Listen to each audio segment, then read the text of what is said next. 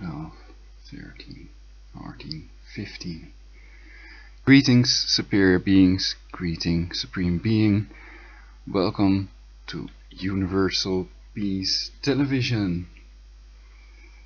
I'm broadcasting this with OBS, Open Broadcaster software, and I still have to get used to it. There is, when you start streaming, there is a delay basically. So now we're at 42 seconds, and with my previous broadcast the intro has been cut off, so now I'm trying to count in the beginning to see how long it takes before it actually starts streaming this stuff. So the broadcast for today is of course my latest YouTube video on this channel, or BC Hoffman N on YouTube, climateviewer.org, Google Earth Haarp layer, smoking helps protect against lung cancer, and that's I'm gonna review that later. First I'm gonna show you some stuff. Let's go to the display capture. Okay. Here this video led me to examine this stuff. This video called Black Pope Catholic Church Haarp Warhead Threat of 2013, and it led to some layer for the Google Earth program that I cannot find anymore, and another very interesting website, which is this one, the climateviewer.org, and here you can see lots of stuff on Google Earth. What was this? What layer do we have on?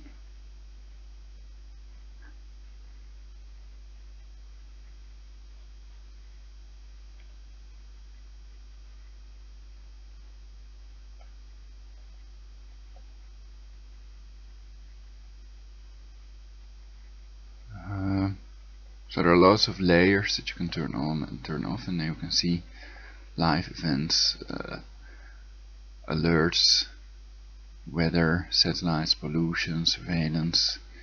As you can see, it's very nice. But okay, first to the YouTube video.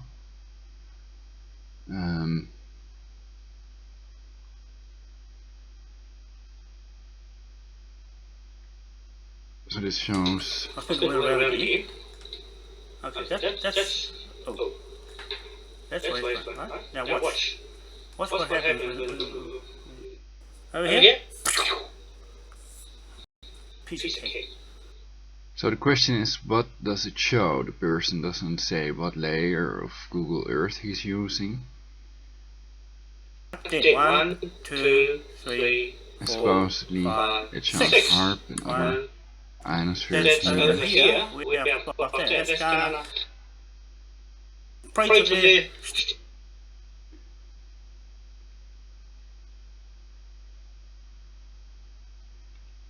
And the question is it showing these emissions of ionospheric heaters?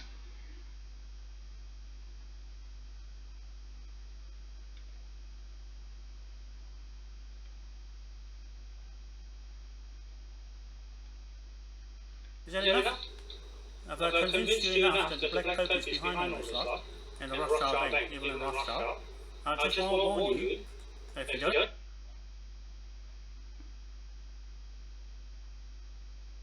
Okay, so then I'm trying to find that stuff on the... I've searched for the layer that is not available anymore for Google Earth, because I installed Google Earth, and it was on this website. Let's see if I can retrieve that.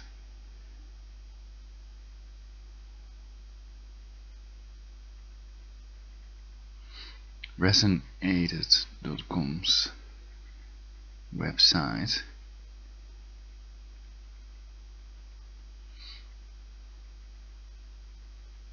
So it's rezn8d.com, and that website is for sale, and it moves into this website supposedly. What we can do is turn off all layers, but I'm wondering what layer I have on at the moment. So how can I see this? I'm new to this.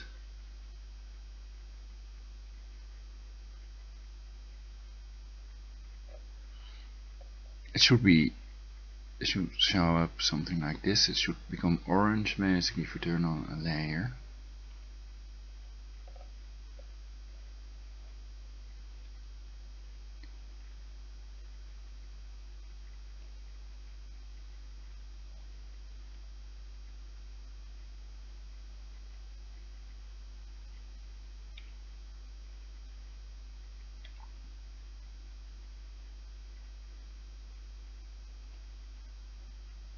It's just next red radar. And what I noticed with this is that it's usually focused on the US. The rest of the world is not really. For example, next red radar is only US, as you can see. And that's not showing these Haarp emissions either. And if we all pay for that, then we should be able to see what's happening, of course, what they're doing with it.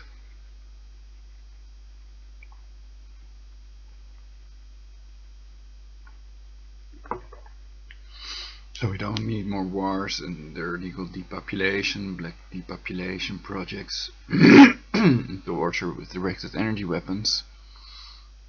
I'm still tortured regularly with Haarp, and I determined the direction of the beam with the grounded Van de Graaff generator. And if you search on this, and with their pictures, they're trying to give the illusion, especially controlled opposition people, that the radiation of Haarp is going up into the ionosphere like this, while in reality it's wireless energy and it goes through the earth,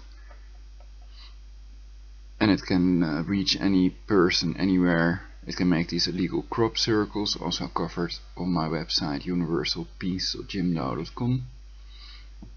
I may be able to show that.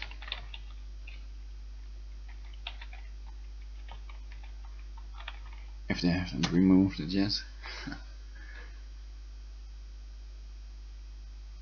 There it is. It's still online. Because they've also hacked my anti-human culling and depopulation Facebook page. Some more likes on my anti-human culling and depopulation Facebook page are welcome. And here we see the videos: Crop Circle, Truth, Evil, Orbs, Lucifers, whatever, on YouTube. That shows these illegal scalar orbs making these illegal crop circles, which are illegal because they destroy part of the farmer's produce, and they want to pretend that it's done by aliens, of course. The Project Blue Beam fake alien invasion, and 7 billion people die, and oops, it was the aliens. Yeah. Well, happy we've got that solved now. And of course, aliens and God does not exist. Aliens do not exist, and God does not exist in reality. And speech errors, etc., are also made by their neural network, the voice of God weapon. And it's done by satanic pedo Jesuits that have tortured my mother to death with their cancer. Haarp in Parker Flats, Alaska. That's the real location, not Kakona. And targeted individuals are usually led to believe it's done with satellites, etc. That's all BS. In reality, they're using their cancer quake Haarp in Parker Flats, Alaska, and there are many people that think that Rockefeller controls that and not Adolfo Nicholas, what they call the Black Pope. And I'm gonna pack a pipe in the meantime, and here this is also an interesting video of pyramid UFO, supposedly pyramid saucer, pyramid shaped flying saucer. And of course flying saucers exist, so they can definitely be man-made. And what was the other thing? There was something else I may have erased that I wanted to say about this. So they can selectively erase memory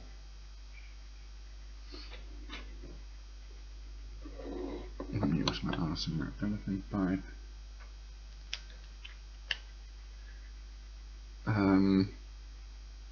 Yeah, I was talking about the crop circles. So these crop circles are made, you can see it in the video, with these orbs that are also called Foo Fighters. You see them flying next to the Concorde. And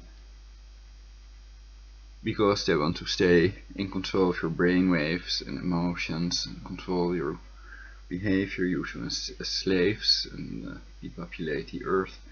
They want to keep a secret, and they tell you any lie based on your brain map, so it knows what lies you would believe and disbelieve.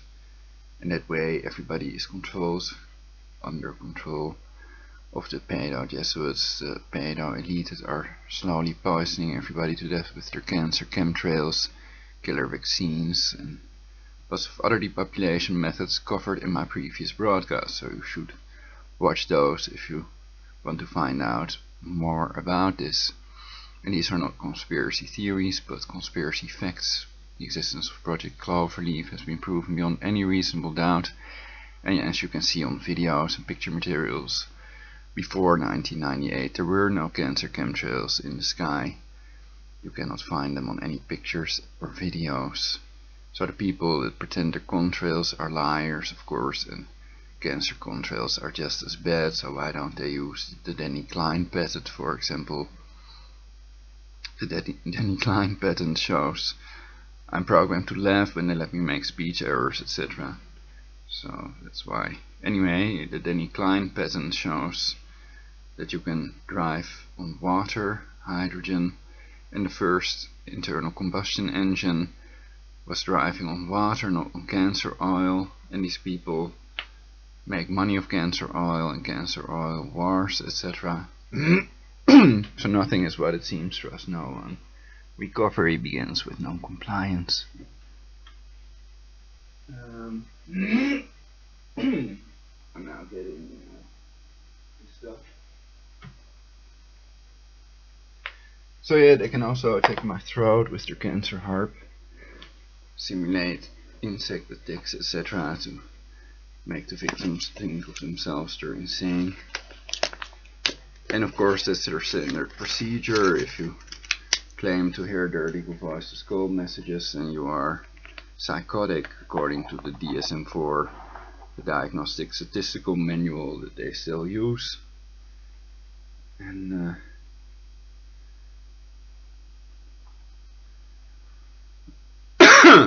of course it's clear that any person can buy this silent sound technology used by the DoD, etc. And it's also known as audio spotlight, so without monitoring if these people really hear voices of the NSA in their heads, you cannot say that they are psychotic or pretend that they are psychotic. Most people won't believe that, and with other things, you cannot fool all the people all the time, like in that Bob Marley song with the President Lincoln quote about you cannot fool all the people all the time. So yeah, while they're taking my throat. So this blog has these nice collection of videos. Joe Biden standing near the what they call humane guillotine, another Jesuit invention, of course.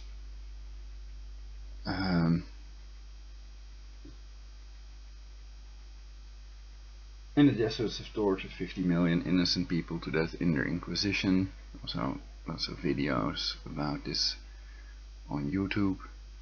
Also videos of the torture devices that they have used, and nowadays they use their cancer harp. So they're still trying to drag us all back to the Middle Ages. And their satanic orgies of the Jesuits are also documented, and their cannibalism is documented, and so is the Inquisition, of course, the 50 million innocent people, including children, they've tortured to death. And now the Zeitgeist movement has made clear beyond any reasonable doubt that religion of the Christians is plagiarized aka stolen version of the religion of the Egyptian people in worship of the fake deity Horus. So these are all man-made religions, and lots of people think God exists because their voice of God weapon is real, and that's how they're all tortured to death and depopulated and played out against each other. Religion is one of their most important depopulation and torture tools. Also psychological torture, of course, part of their psychological warfare. So in other words, the pedo elite are exempt from all these laws, and the recent Pope has made reporting child abuse illegal, and they are of course tax exempt, while we all have to well, most people have to pay tax money. So that's the way they do that depopulation with their Nazi tactics, and by torturing people to silence them and to label them insane, to label all undesirables insane. I explain this stuff in most broadcasts because I think it is important, so I'm trying to cover what is most important for your future and survival, and mine, of course, to create a perfect society in which we all will live happily eternally, which is possible because everything is energy. So it is possible to create a perfect society and a cure against aging, because everything is energy, and neural networks are of course learning from their mistakes while humans might not. And it may be able to do a lot of stuff that humans cannot.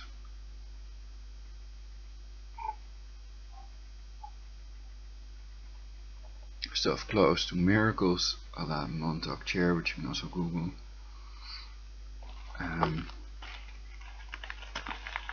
For example, it can torture the teeth out of the mouths of the targeted individuals that have reported about it by the thousands.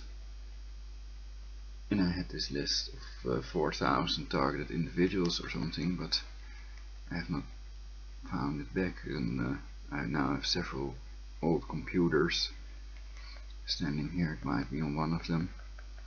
I also received an email from the present Dutch king. That computer was stolen while I was in the Tweede van Swindestraat, living in Amsterdam.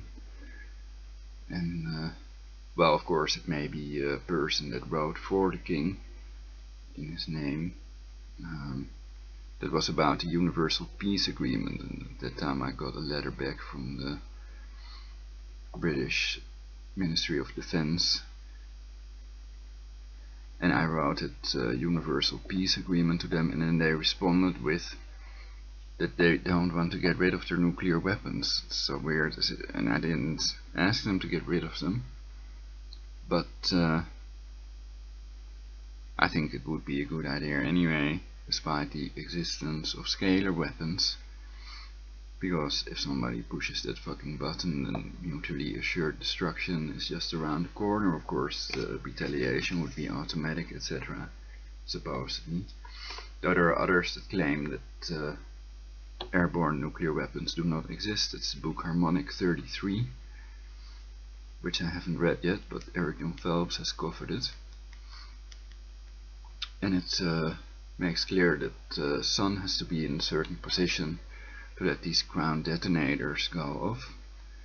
And the Jesuits also did Hiroshima and Nagasaki, and they came out unscathed at ground zero, and then pretended it was a miracle of the Virgin Mary. And of course they were military order, and they did Hiroshima and Nagasaki. They paid off that man on the little boy, the names of the bombs they used on Hiroshima and Nagasaki.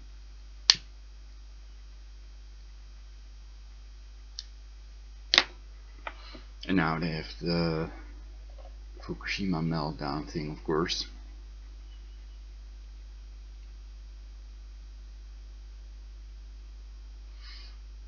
I might re-upload the blog, but for now I want to go into this thing to check if I can see what we see on this video, which may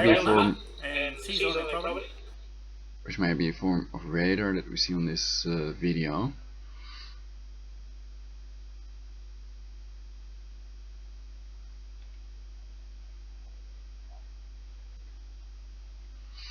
Really interesting stuff. So my question to you all is, what are we seeing here? What is this layer for the Google Earth program?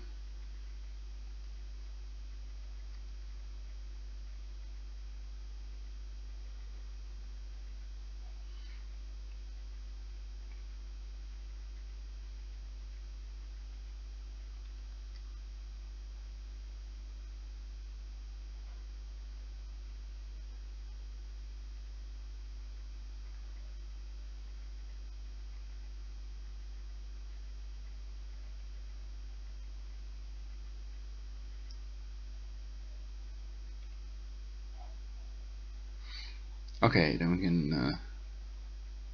go through this website. I reload it.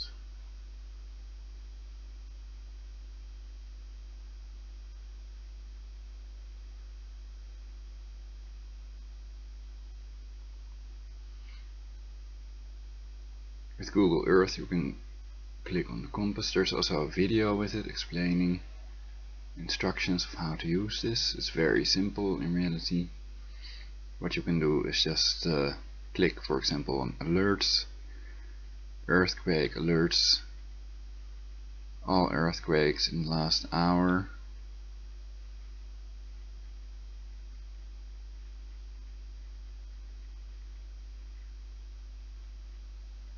And then you can see that we had one near Alaska, one near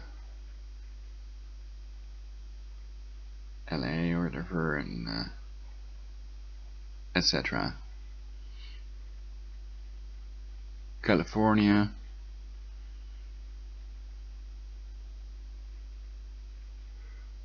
and Redoubt Volcano, Alaska, 24 kilometers south of that volcano.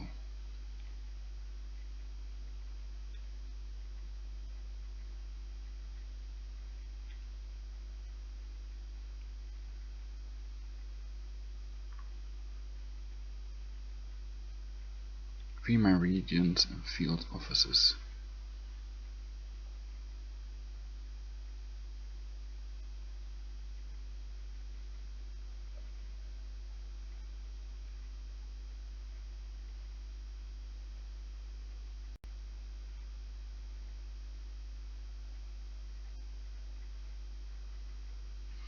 Just take a while to load because my CPU is probably, well, it's still at, well, sometimes it's in the red, 97%.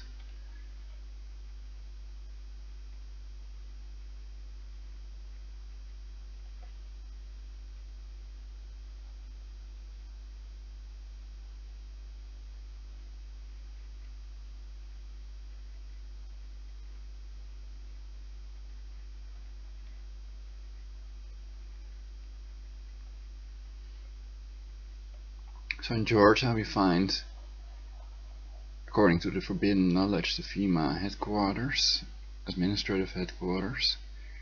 I haven't been able to verify this, and the Georgia guidestones are definitely there, and these cadaver boxes stored out in the open are located in Georgia as well. And there were some other things. Anyway, I had the CNN headquarters, of course. Ted Turner also advocates depopulating the earth, getting rid of 90% of us humans. And I consider that illegal. I consider killing one person illegal already, and I think most people do.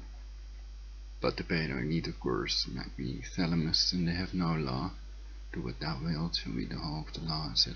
Luciferians like Obama, that pretend to be Muslims and or Christians, and then on consult opposition websites like Infowars, they try to pretend that he's a Muslim, basically, to maintain that illusion, though they have taken the Luciferian oath, which I've covered in one of my previous broadcasts, which made clear that they want to get rid of countries and people and create a global government. They want centralization versus power to the people. They want power in the hands of one person. Absolute power corrupts absolutely, is what some people say. And we've seen many examples of that, of course. So,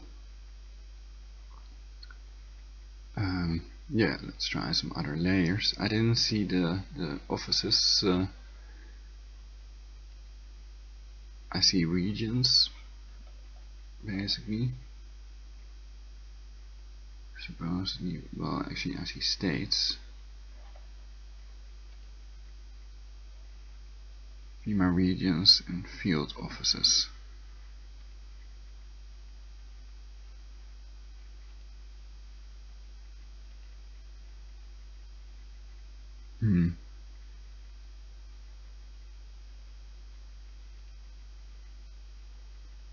CV reports.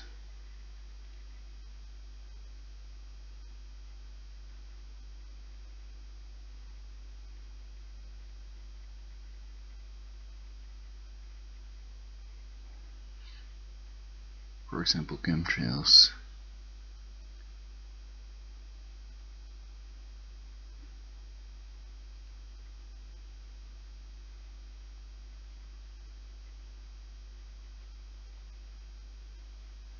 Oh, I have AdBlock Plus on. That might have been causing some problems.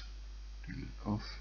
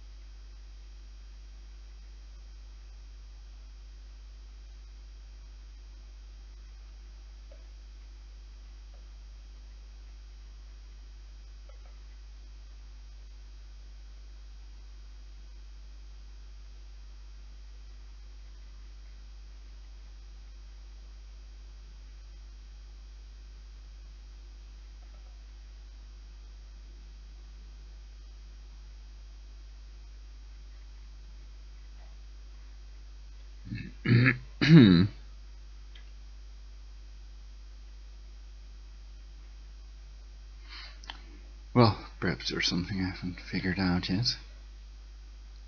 We go to weather. Weather alerts. Storm reports, NOAA. No A.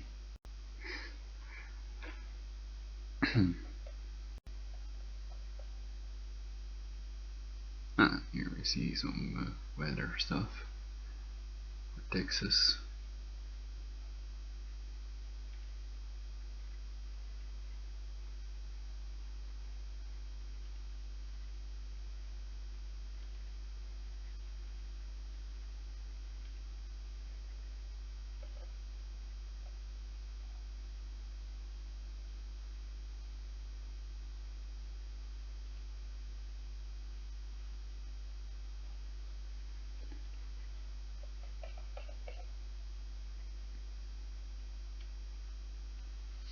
But it's very cool. It has lots of working other things.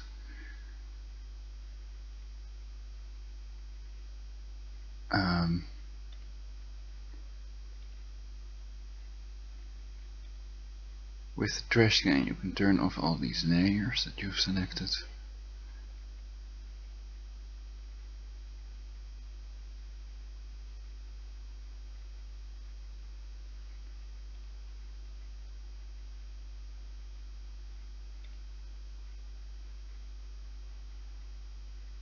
Severe thunderstorm outlooks.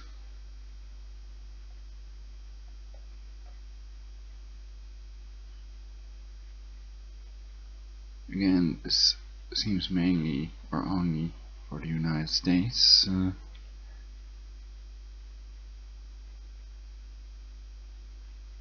Weather radar.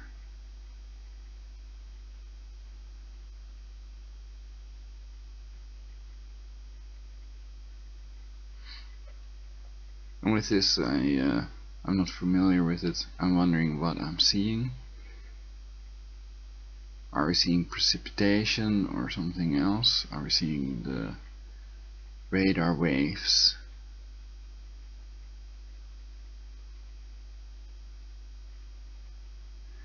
I think that sometimes these radar images also show Haarp and other ELF wave generators, etc.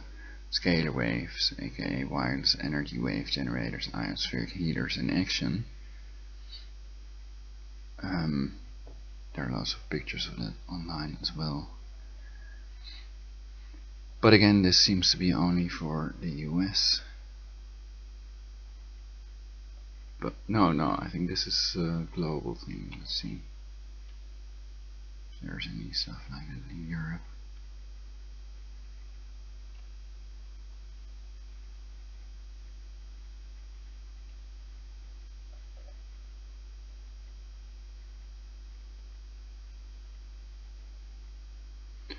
So apparently it first has to load the map,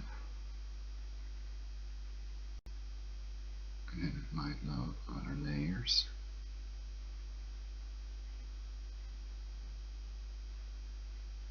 Anyway, with Google Earth you can download all kinds of layers, and I first have to find the best source for that basically. And perhaps I can update you all on it.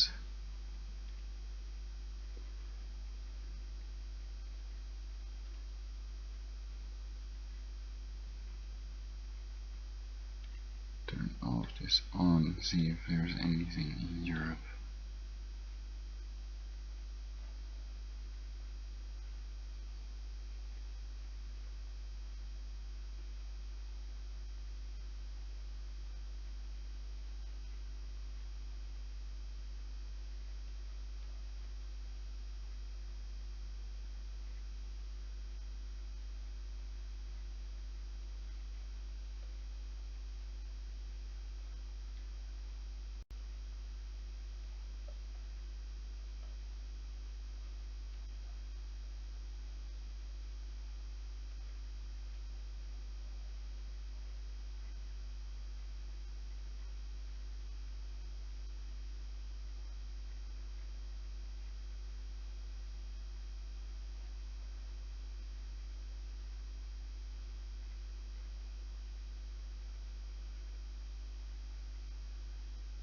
Anyway, my idea about it is that the people making this can also be controlled opposition, and I don't think so, but everybody is brain controlled more or less, because the brainwave is electromagnetic. They cannot prevent modification without the Tesla plasma shields.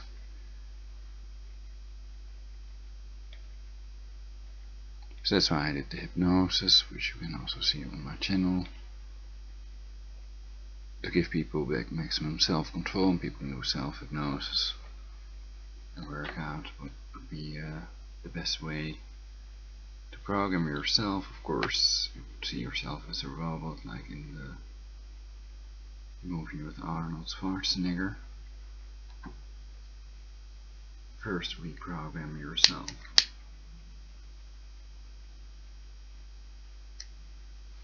Because people have the tendency to enslave their fellow humans if they can get away with it.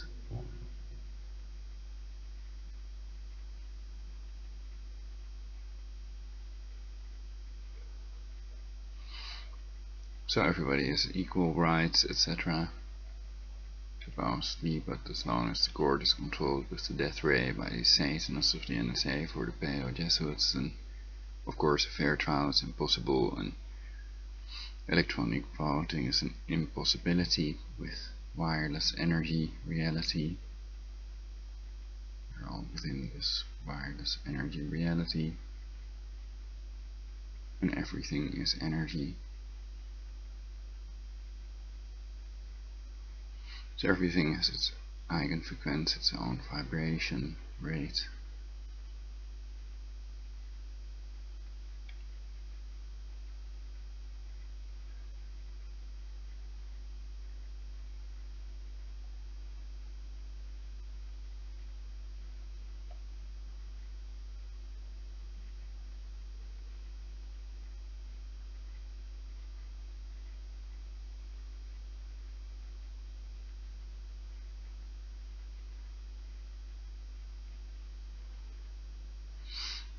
This may also be interesting.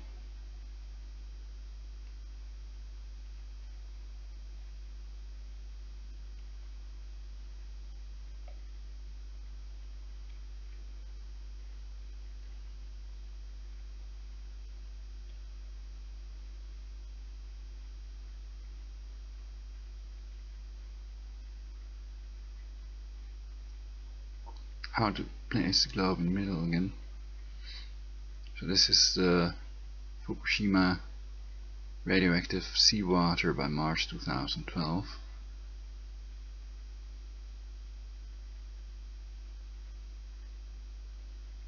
Would be nicer if they could make the white part of the map transparent.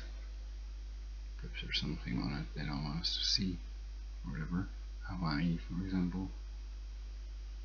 Anyway,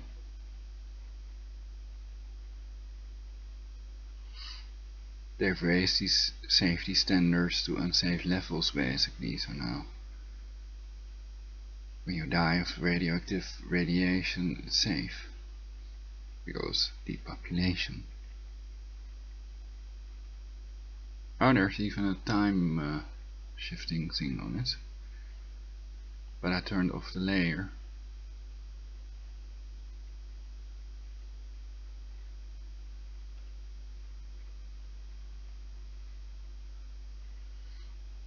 And if I zoom out, the Earth seems to be below the middle. The question is how to get it up.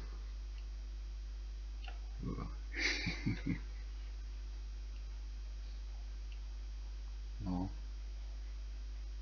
Huh.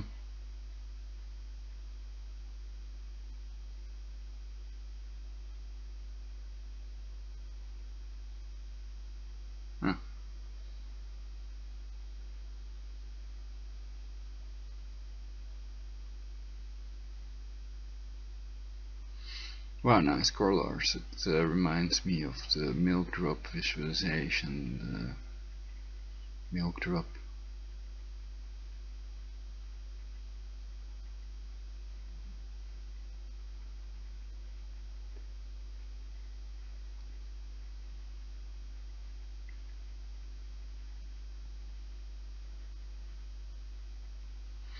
I'm not getting the name of the visualization at the moment.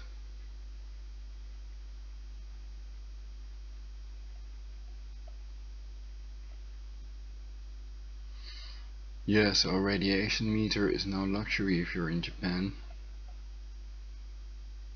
And according to Benjamin Fulford, what could be controlled opposition, Rockefeller Sr., now older than 100 years, I believe, has extorted the Japanese Prime Minister with their cancer Haarp. But I don't know the details. You could check his website.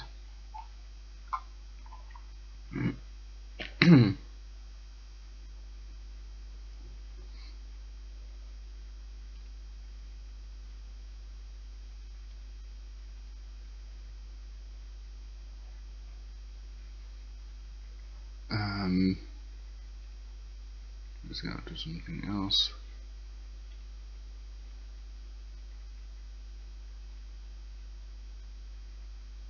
Toxic release.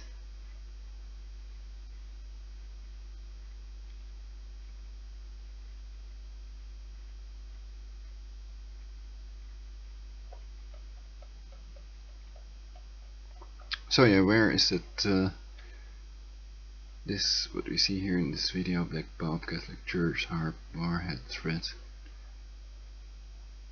Where do we find this layer for Google Earth? It shows this, what looks like radiation beams, or and what is it? What is it showing?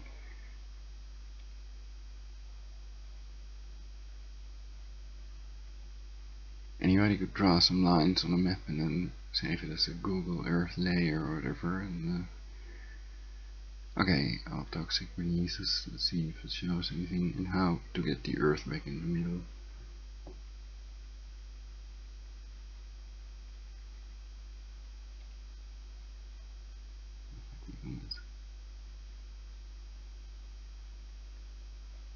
Here probably. Here we find the thing to rotate and place the globe.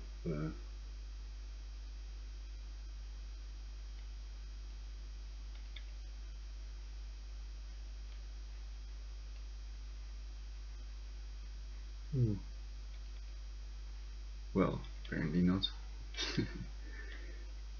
Well, clicking also doesn't work.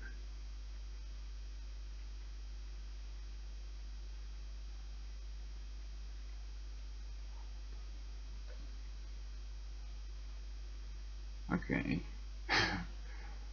um,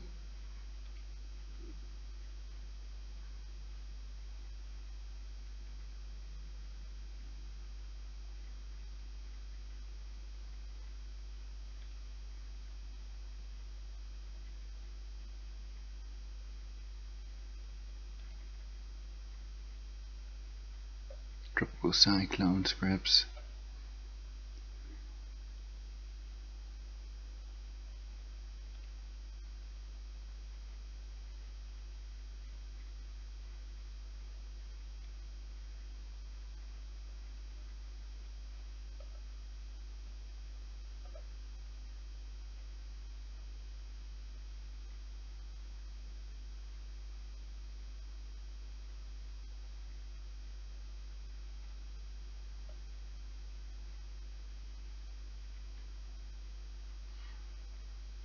Bahamas, Cuba,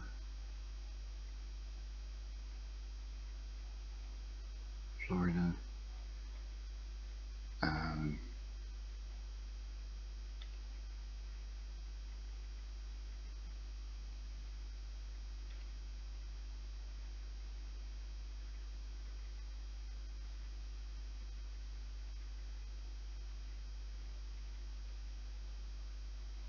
may take a while to load.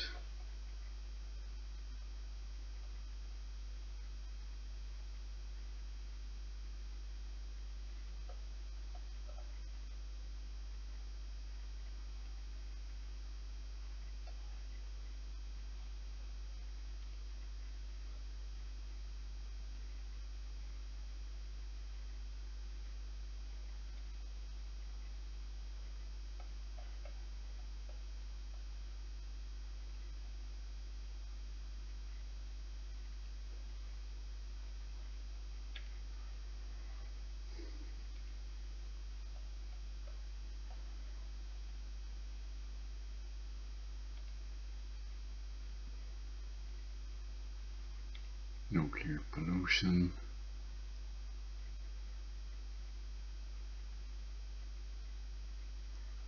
The most radioactive places on Earth.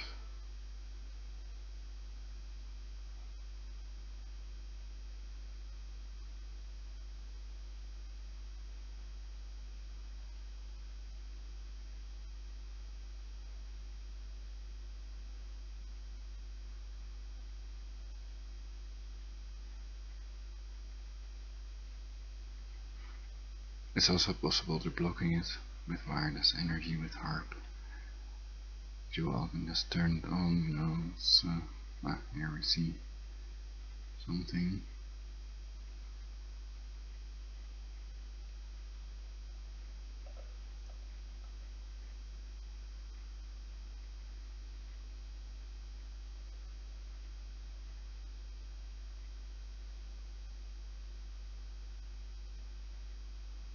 Chernobyl, or whatever. And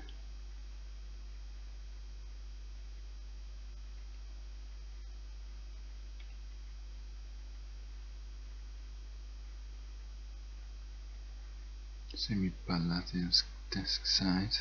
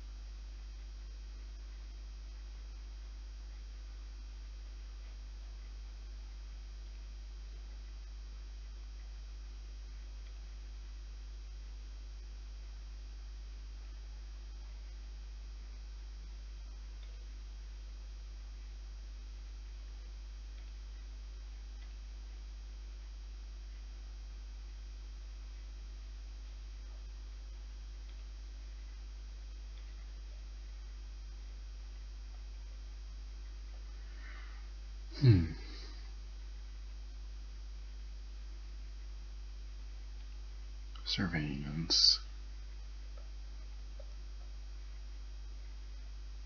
Government spy facilities. Oh, let's first turn off all the layers.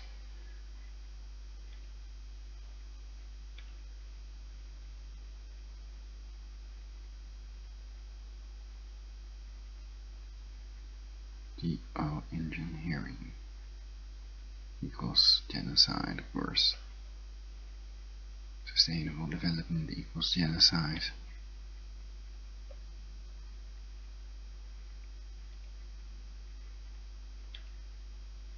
Killing everybody that's not paid or eat.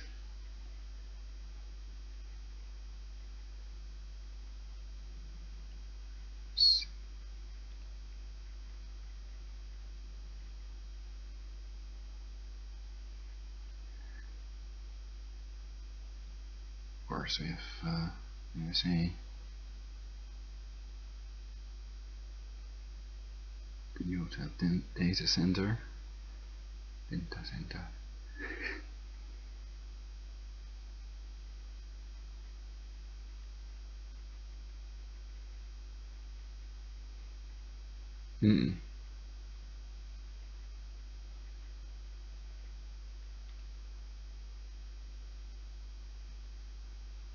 NSA headquarters at Fort Meade, Maryland, of course.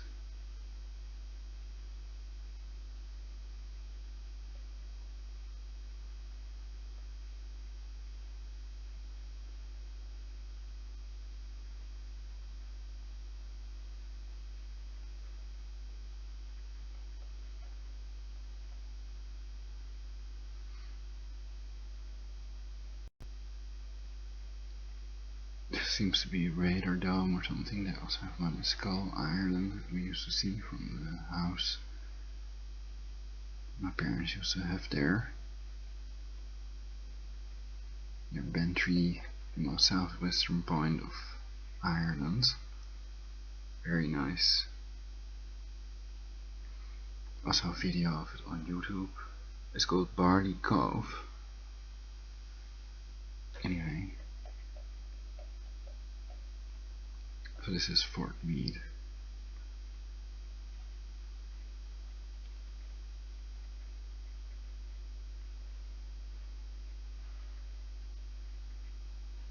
Echelon.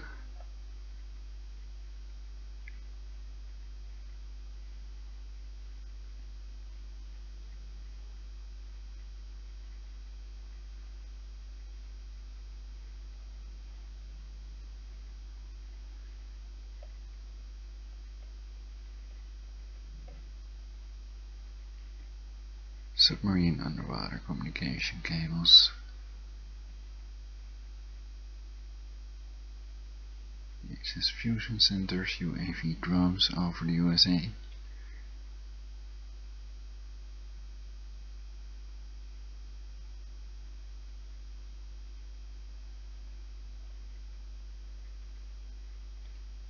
Know your drones.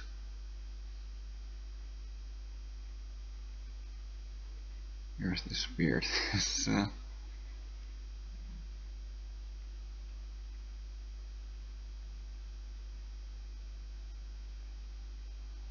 city of Hamilton, KS.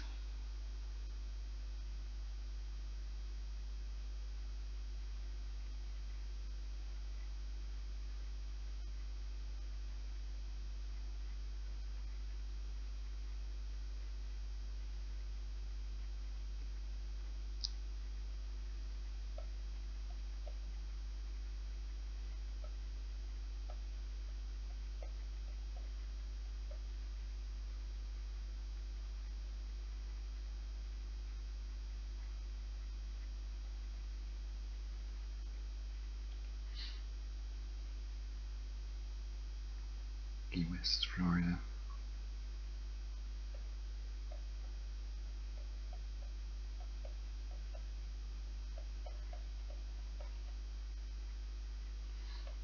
But of course, with these scalar wave generators, they don't need drones. They have hybrid insects and Of course, they can also cause brain bleedings and heart attacks with cancer Haarp directly, so it's like having a gun to everyone's head. So the ways people are controlled and enslaved is mainly via education. You can also see these lists of lies taught in schools on YouTube, by programming, or rather misprogramming them, and only giving themselves the true knowledge, basically the truth, and that way giving themselves an advantage. The other way is, of course, by brain controlling them, putting ideas in their head. The quantum computer can simulate any person, as Project Immortality. And then there is directed energy weapon torture, so they can cause severe pain, the maximum amount of pain, by stimulating the nerves of the teeth directly, for example, with Haarp impulse energy projectile mode. And that's the way they've tortured all teeth out of my mouth. They can put people in a vegetative state, induce diseases, make them age more rapidly, and kill them instantly as well.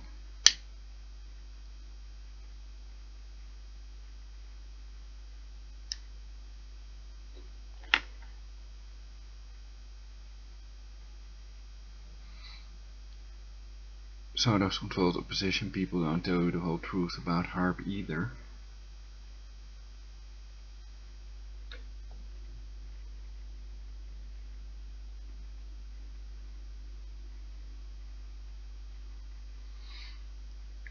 And the amount of cancer cell phone antennas is really shocking if you turn that on. It might take a while to load.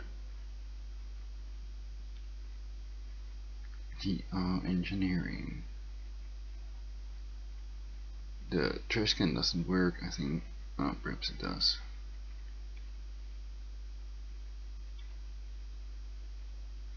I thought it wouldn't work when I've clicked on the layer recently, and that list is still on.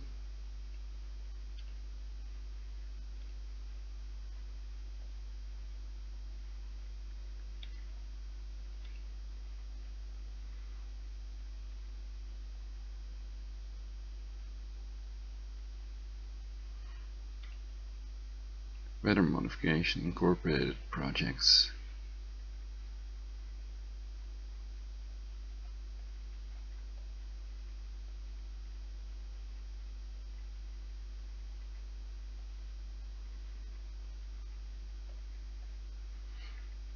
'83 of them. Wyoming weather modification pilot program.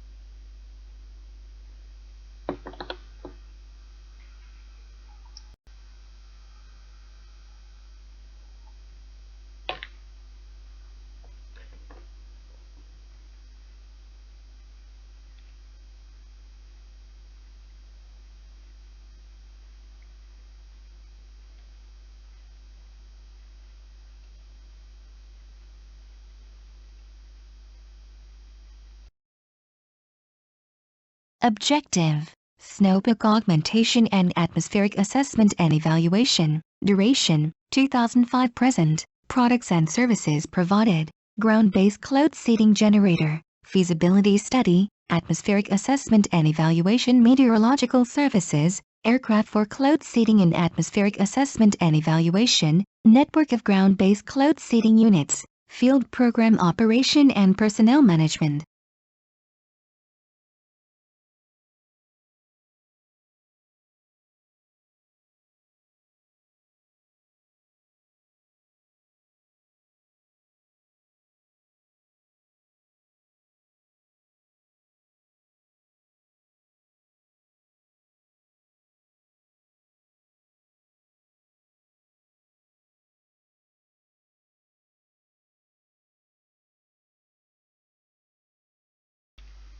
So this map has some really interesting stuff, the climateviewer.org website, and it's possible they let me click on stuff that is not interesting and is not working. So let's move on to something else.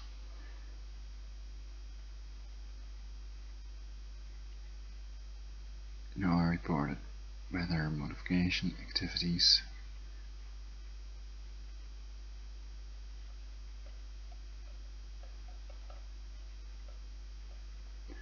So under the poison, Open Sky Treaty, it's legal to poison everybody with their chemtrails, with cancer-causing barium, to depopulate the Earth, also man-made viruses, etc.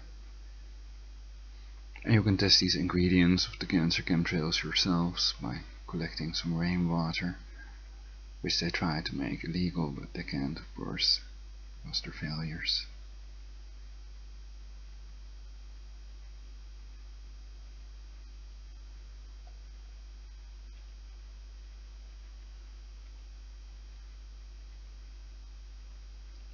Missile defense radars, Star Wars, tetracide. It's a delstracide. Sorry.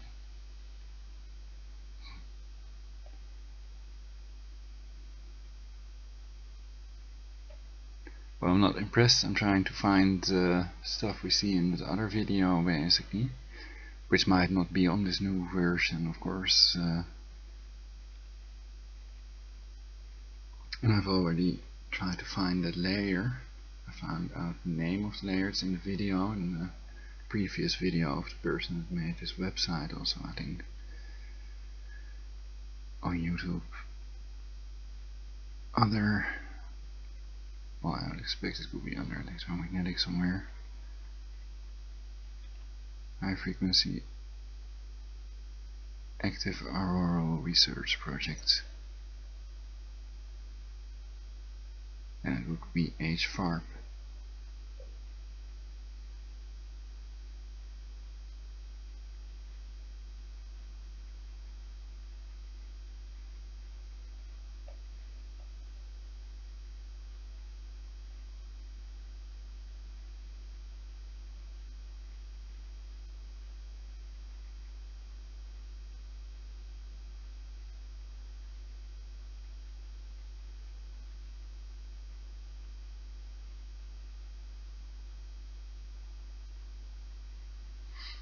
Well, here I'm wondering, when I zoom in a little, we get this grayed out stuff, basically. And I wonder what that's supposed to mean. Is it its coverage or something else?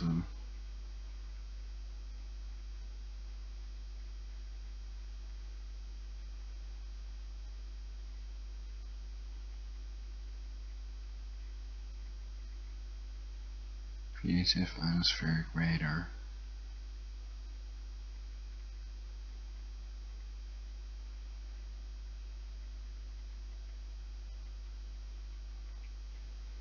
I read that the real facility is at Poker Flats, Alaska, not at Gakona.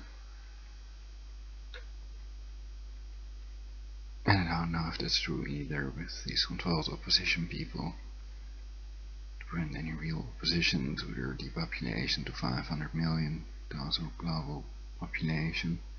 That means getting rid of 7 billion people, and that number is of course also under Georgia Guidestones that have human blood on them, and apparently they still haven't analyzed that for some reason. So then I wonder, why haven't they checked if that's human blood?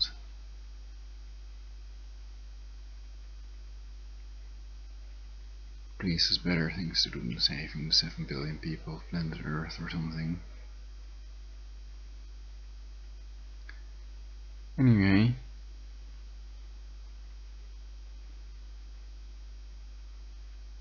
you can Google everything I say, so these are not my ideas.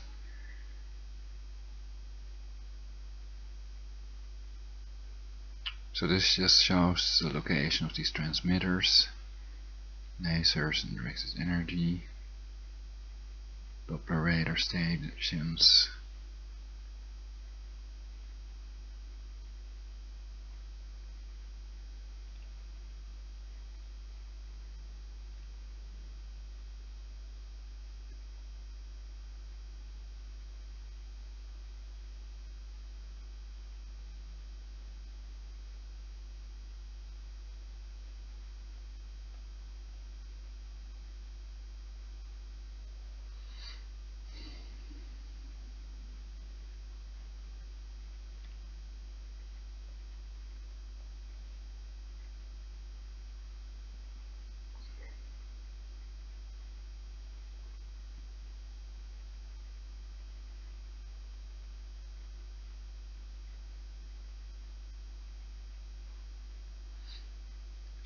Cell phone towers, USA, FCC.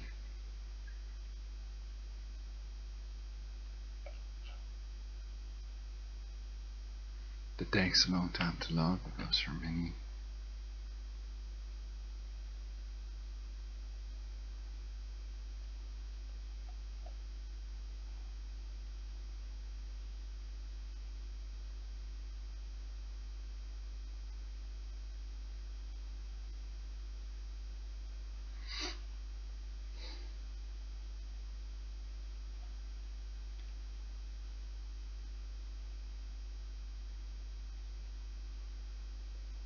It seems to make the computer kind of hang.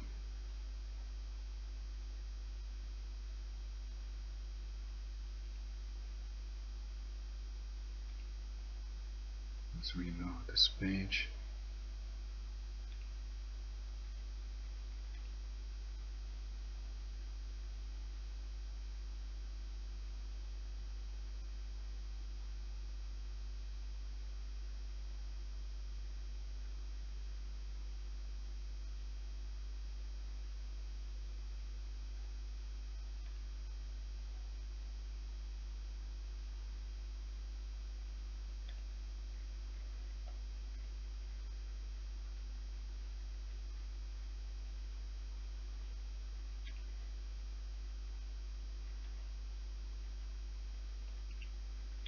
Layer details, Federal Communications Commission, FCC, licensing database extracts, cellular, zip, June 14, 2012, SHP file to JSON conversion by June. More info, data source, GeoJSON download.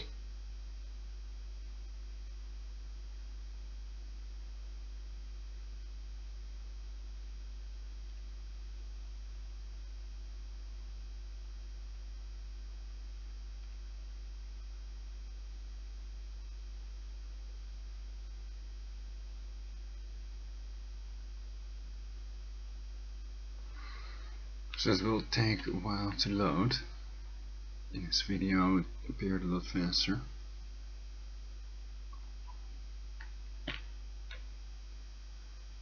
But when the CPU usage is 98% or something, then it might take a lot longer.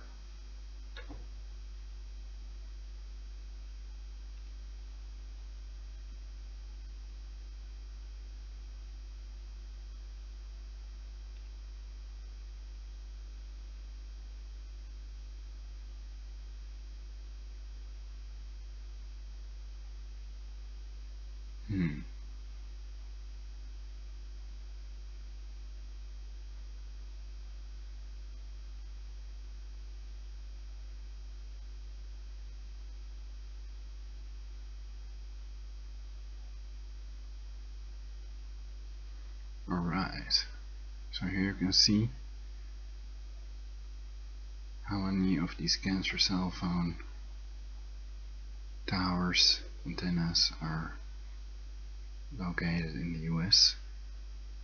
1 in 2 people getting cancer, according to Medscape.com, also in Europe of course.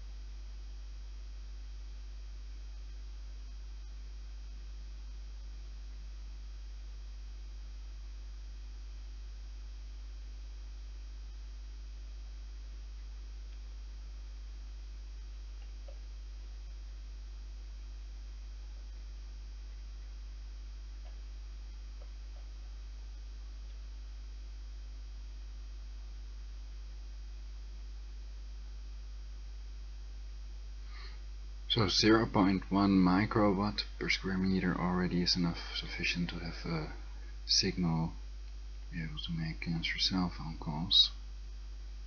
And here we see some areas with less of these antennas.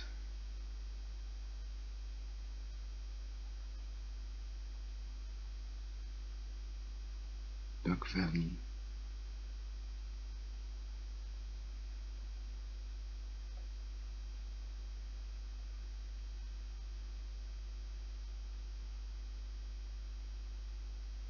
Riddle.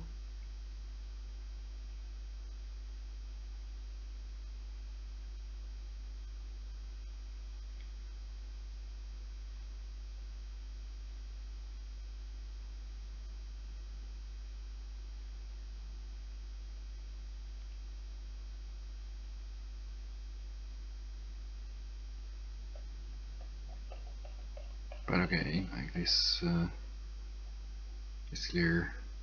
It's totally covered in the cancer cell phone antenna towers.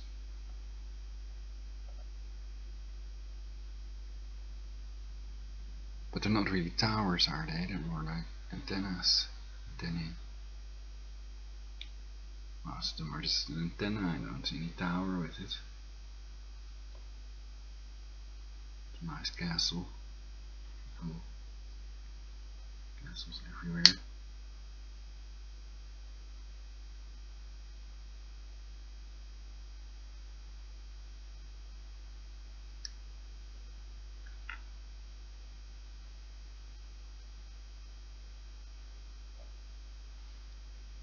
So castles made of sand will keep on standing eventually.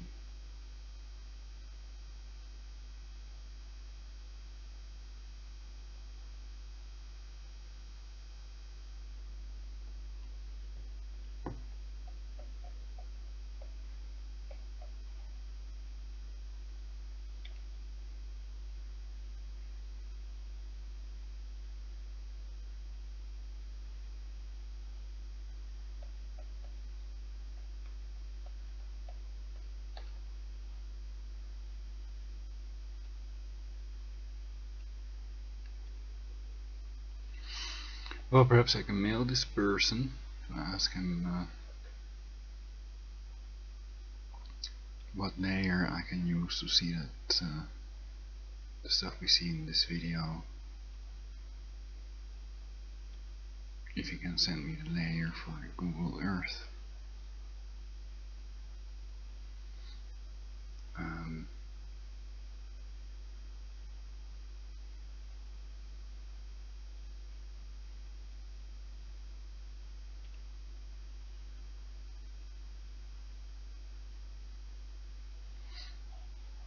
So if you'd make a layer of cancer cell phone towers worldwide, then it would take even longer to load these cancer cell phone antenna positions. Because there are so many of them. You would make it by country basically.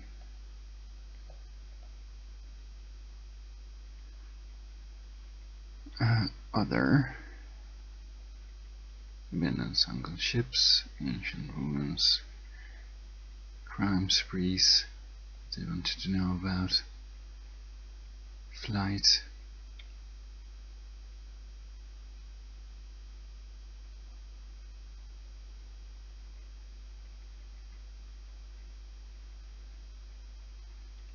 US airport runways. Oh, it's not showing the live flight data.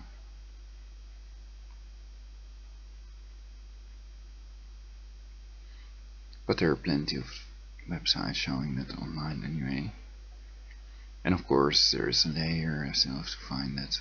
I've just installed Google Earth. I worked with it a couple of years back, but it just changed quite a bit, though the principles are still the same. So anyway, fossil sites, geographic,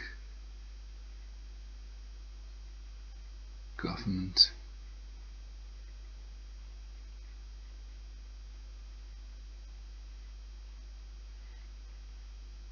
Democracy of Chaos, places affected by the 2013 US government shutdown. Oh, and of course now they have the kill switch to turn off the internet, and of course if there's an EMP then all the evidence that's online is erased with one swift blow. Also if they use ground detonators. And how to make an EMP generator is shown on YouTube, so everybody can make one and it's easy.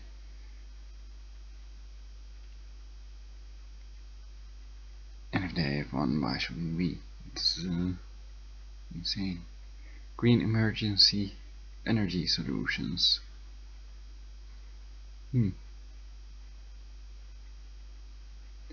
So sea energy is more efficient than wind energy. And I think they're placing these windmills, turbines, to give the illusion that the government is going green or whatever, with their depleted uranium and nuclear facilities that don't even use cobalt thorium G. So they're definitely making use of unclean energy to depopulate the earth. And they're trying to create polarization to make the gap between poor and rich bigger, so that they get more influence, can enslave the people more, and to create a crisis big enough to bring in their new torture world order. That's phase 4 of active measures, ideological subversion, called normalization, as when things will in phase 3 is the crisis. Great video of Yuri Busmanov on YouTube about this. So I advise you to see that if you haven't seen it. And the other one, oh yeah, I'm also going to do the speech engine thing. Oh yeah, and that other article about smoking. Here we see it. SOTT doing it. Smoking helps protect against lung cancer.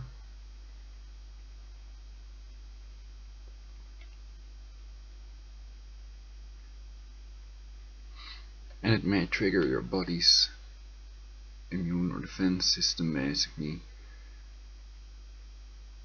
making it transport particles that are in your body with saliva and other ways. It triggers a reaction, so sometimes the only way to cure ourselves is to poison ourselves. And chemical cancer-causing prescription drugs kill millions of people yearly, so that's another great tool to depopulate the earth. Marine traffic, migration, mountain climbing expeditions. More about it also in my previous broadcasts. Hospitals that are slaughterhouses nowadays.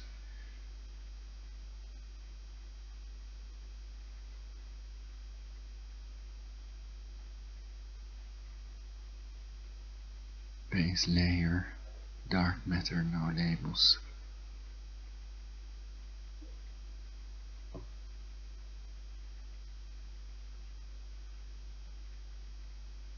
OpenStreetMap. Okay, pretty interesting, but it doesn't really show us this thing. Get to it. Okay? Fox Channel. Right? Hudson Star. Hudson Bay. Look, I'll show you. So you get scared of nothing.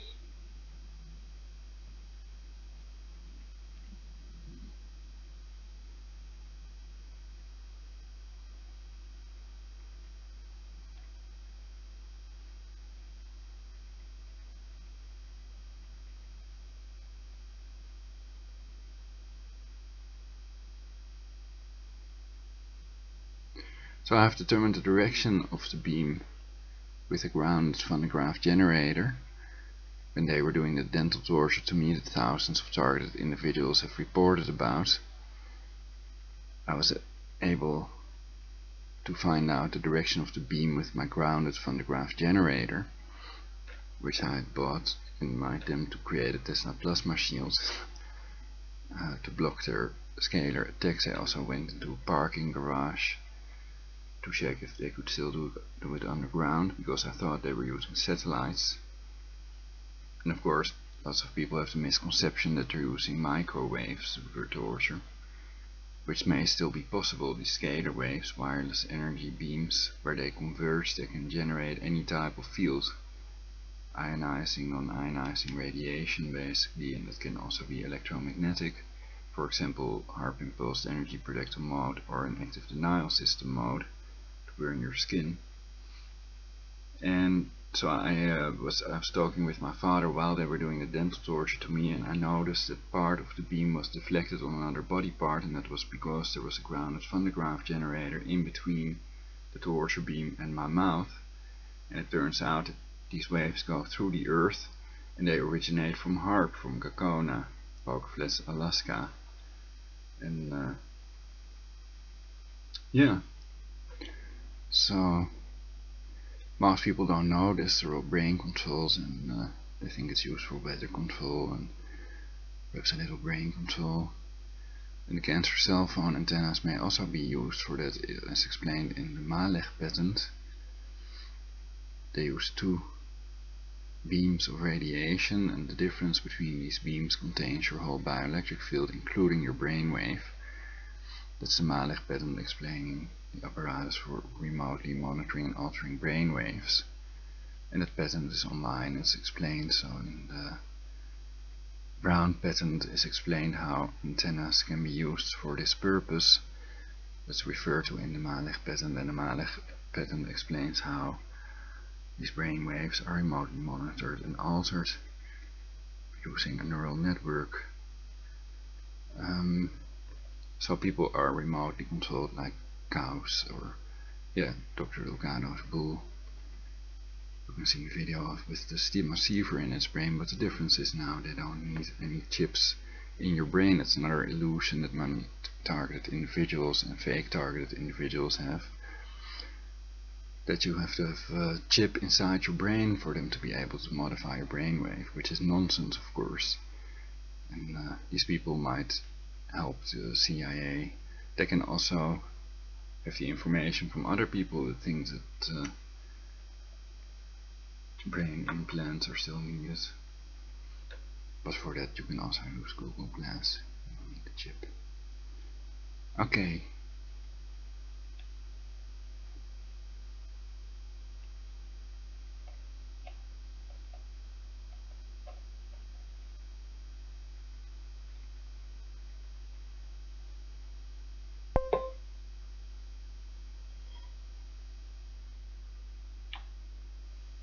Oh, and then it turns out that I forgot to turn on my microphone.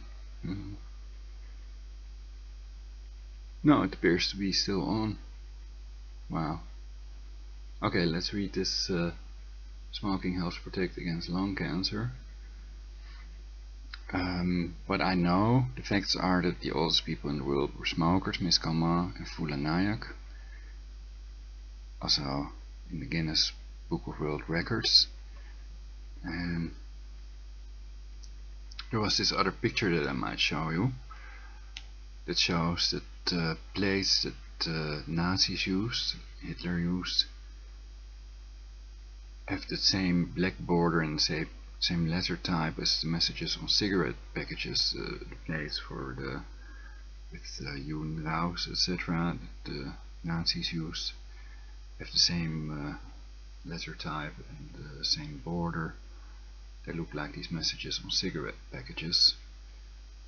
And it's possible that they don't want people to smoke. If the oldest people in the world were smokers, then they don't want them to smoke. And the people in Japan have the highest life expectancy. And it may be due to the fact that they eat seaweed, which has iodine, of course.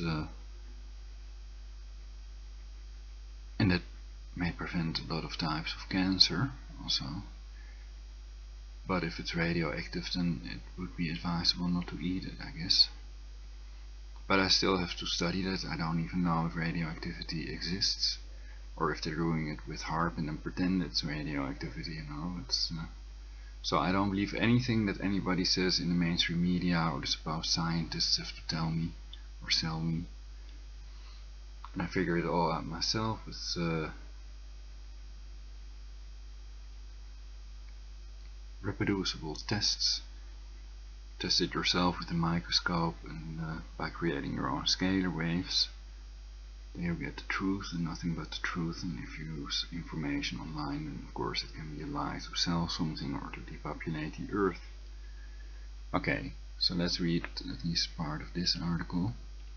Note: smoking helps protect against lung cancer. Joe Viles, Web Archive. Wednesday 16 July 2003 05:38 UTC. Image. Copyright unknown. The Fukushima nuclear plant. Every year, thousands of medical doctors and other members of the anti-smoking inquisition spend billions of dollars perpetuating what has unquestionably become the most misleading though successful social engineering scam in history. With the encouragement of most Western governments, these Orwellian lobbyists pursue smokers with a fanatical zeal that completely overshadows the ridiculous American alcohol prohibition debacle, which started in 1919 and lasted until 1933. Nowadays we look back on American prohibition with justifiable astonishment. Is it really true that an entire nation allowed itself to be denied a beer or scotch by a tiny group of tambourine-bashing fanatics? Sadly, yes it is, despite a total lack of evidence that alcohol causes any harm to humans, unless consumed in truly astronomical quantities. Alas, the safety of alcohol was of no interest to the tambourine bashers, for whom control over others was the one and only true goal. Americans were visibly sinning by enjoying themselves having a few alcoholic drinks, and the Puritans interceded on behalf of God to make them all feel miserable again. Although there is no direct link between alcohol and tobacco, the history of American prohibition is important, because it helps us understand how a tiny number of zealots managed to control the behavior and lives of tens of millions of people. Nowadays exactly the same thing is happening to smokers, though this time it is at the hands of government zealots and ignorant medical practitioners rather than tambourine-bashing religious fanatics. Certain governments know that their past actions are directly responsible for causing most of the lung and skin cancers in the world today, so they go to extreme lengths in trying to deflect responsibility and thus financial liability away from themselves, and onto harmless organic tobacco instead. As we will find later in the report, humble organic tobacco has never hurt anyone, and in certain ways can justifiably claim to provide startling health protection. Not all governments around the world share the same problem. Japan and Greece have the highest numbers of adult cigarette smokers in the world, but the lowest incidence of lung cancer. In direct contrast to this, America, Australia, Russia, and some South Pacific Island groups have the lowest numbers of adult cigarette smokers in the world, but the highest incidence of lung cancer. This is clue number 1 in unraveling the absurd but entrenched Western medical lie that smoking causes lung cancer. The first European contact with tobacco was in 1492, when Columbus and fellow explorer Rodrigo de Jerez saw natives smoking in Cuba. That very same day, de Jerez took his first puff and found it very relaxing, just as the locals had assured him it would be. This was an important occasion, because Rodrigo de Jerez discovered what the Cubans and Native Americans had known for many centuries, that cigar and cigarette smoking is not only relaxing, it also cures coughs and other minor ailments. When he returned home, Rodrigo de Jerez proudly lit a cigar in the street, and was promptly arrested and imprisoned for 3 years by the horrified Spanish Inquisition. De Jerez thus became the first victim of the anti-smoking lobbies. In less than a century, smoking became a much enjoyed and accepted social habit throughout Europe, with thousands of tons of tobacco being imported from the colonies to meet the increasing demand. A growing number of writers praised tobacco as a universal remedy for mankind's ills. By the early 20th century almost 1 in every 2 people smoked, but the incidence of lung cancer remained so low that it was almost immeasurable. Then something extraordinary happened on July 16, 1945, a terrifying cataclysmic event that would eventually cause Western governments to distort the perception of smoking forever. As Kay Grayson recalls, when the intensity of the light had diminished, I put away the glass and looked toward the tower directly. At about this time I noticed a blue color surrounding the smoke cloud. Then someone shouted that we should observe the shock wave traveling along the ground. The appearance of this was a brightly lighted circular area, near the ground, slowly spreading out towards us. The color was yellow. The permanence of the smoke cloud was one thing that surprised me. After the first rapid explosion, the lower part of the cloud seemed to assume a fixed shape and to remain hanging motionless in the air. The upper part meanwhile continued to rise, so that after a few minutes it was at least 5 miles high. It slowly assumed a zigzag shape because of the changing wind velocity at different altitudes. The smoke had pierced a cloud early in its ascent, and seemed to be completely unaffected by the cloud. Image. Copyright unknown. Explosion of the first nuclear bomb, New Mexico, July 1645. This was the notorious Trinity test, the first dirty nuclear weapon to be detonated in the atmosphere. a 6-kilogram sphere of plutonium, compressed to supercriticality by explosive lenses, Trinity exploded over New Mexico with a force equal to approximately 20,000 tons of TNT. Within seconds, billions of deadly radioactive particles were sucked into the atmosphere to an altitude of 6 miles, where high-speed jet streams could circulate them far and wide. The American government knew about the radiation in advance, was well aware of its lethal effects on humans, but bluntly ordered the test with a complete disregard for health and welfare. In law, this was culpable gross negligence, but the American government did not care. Sooner or later, one way or the other, they would find another culprit for any long-term effects suffered by Americans and other citizens in local and more remote areas. If a single microscopic radioactive fallout particle lands on your skin at the beach, you get skin cancer. Inhale a single particle of the same lethal muck, and death from lung cancer becomes inevitable, unless you happen to be an exceptionally lucky cigarette smoker. The solid microscopic radioactive particle buries itself deep in the lung tissue, completely overwhelms the body's limited reserves of vitamin B17, and causes rampant uncontrollable cell multiplication. How can we be absolutely sure that radioactive fallout particles really cause lung cancer every time a subject is internally exposed? For real scientists, as opposed to medical quacks and government propagandists, this is not a problem. For any theory to be accepted scientifically, it must first be proven in accordance with rigorous requirements universally agreed by scientists. First, the suspect radioactive agent must be isolated, then used in properly controlled laboratory experiments to produce the claimed result, that is lung cancer in mammals. Scientists have ruthlessly sacrificed tens of thousands of mice and rats in this way over the years, deliberately subjecting their lungs to radioactive matter. The documented scientific results of these various experiments are identical. Every mouse or rat obediently contracts lung cancer, and every mouse or rat then dies. Theory has thus been converted to hard scientific fact under tightly controlled laboratory conditions. The suspect agent radioactive matter caused the claimed result lung cancer when inhaled by mammals. The overall magnitude of lung cancer risk to humans from atmospheric radioactive fallout cannot be overstated. Before Russia, Britain and America outlawed atmospheric testing on August 5, 1963. More than 4,200 kilograms of plutonium had been discharged into the atmosphere. Because we know that less than 1 microgram millionth of a single gram of inhaled plutonium causes terminal lung cancer in a human, we therefore know that your friendly government has lofted 4,200,000,000 billion lethal doses into the atmosphere, with particle radioactive half-life a minimum of 50,000 years. Frightening? Unfortunately, it gets worse. The plutonium mentioned above exists in the actual nuclear weapon before detonation, but by far the greatest number of deadly radioactive particles are those derived from common dirt or sand sucked up from the ground, and irradiated while traveling vertically through the weapon's fireball.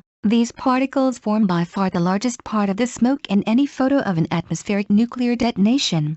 In most cases several tons of material are sucked up and permanently irradiated in transit, but let us be incredibly conservative and claim that only 1,000 kilograms of surface material is sucked up by each individual atmospheric nuclear test. Before being banned by Russia, Britain and America, a total of 711 atmospheric nuclear tests were conducted, thereby creating 711,000 kilograms of deadly microscopic radioactive particles, to which must be added the original 4,200 kilograms from the weapons themselves, for a gross though very conservative total of 715,200 kilograms.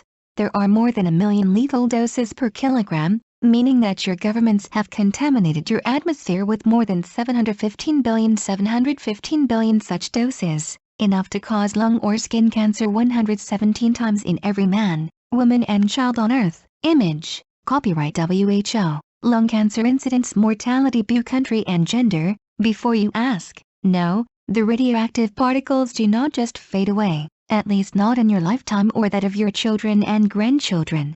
With a half-life of 50,000 years or longer, these countless trillions of deadly government-manufactured radioactive particles are essentially with you forever, circulated around the world by powerful jet streams. These particles are deposited at random, though in higher concentrations within a couple of thousand miles of the original test sites.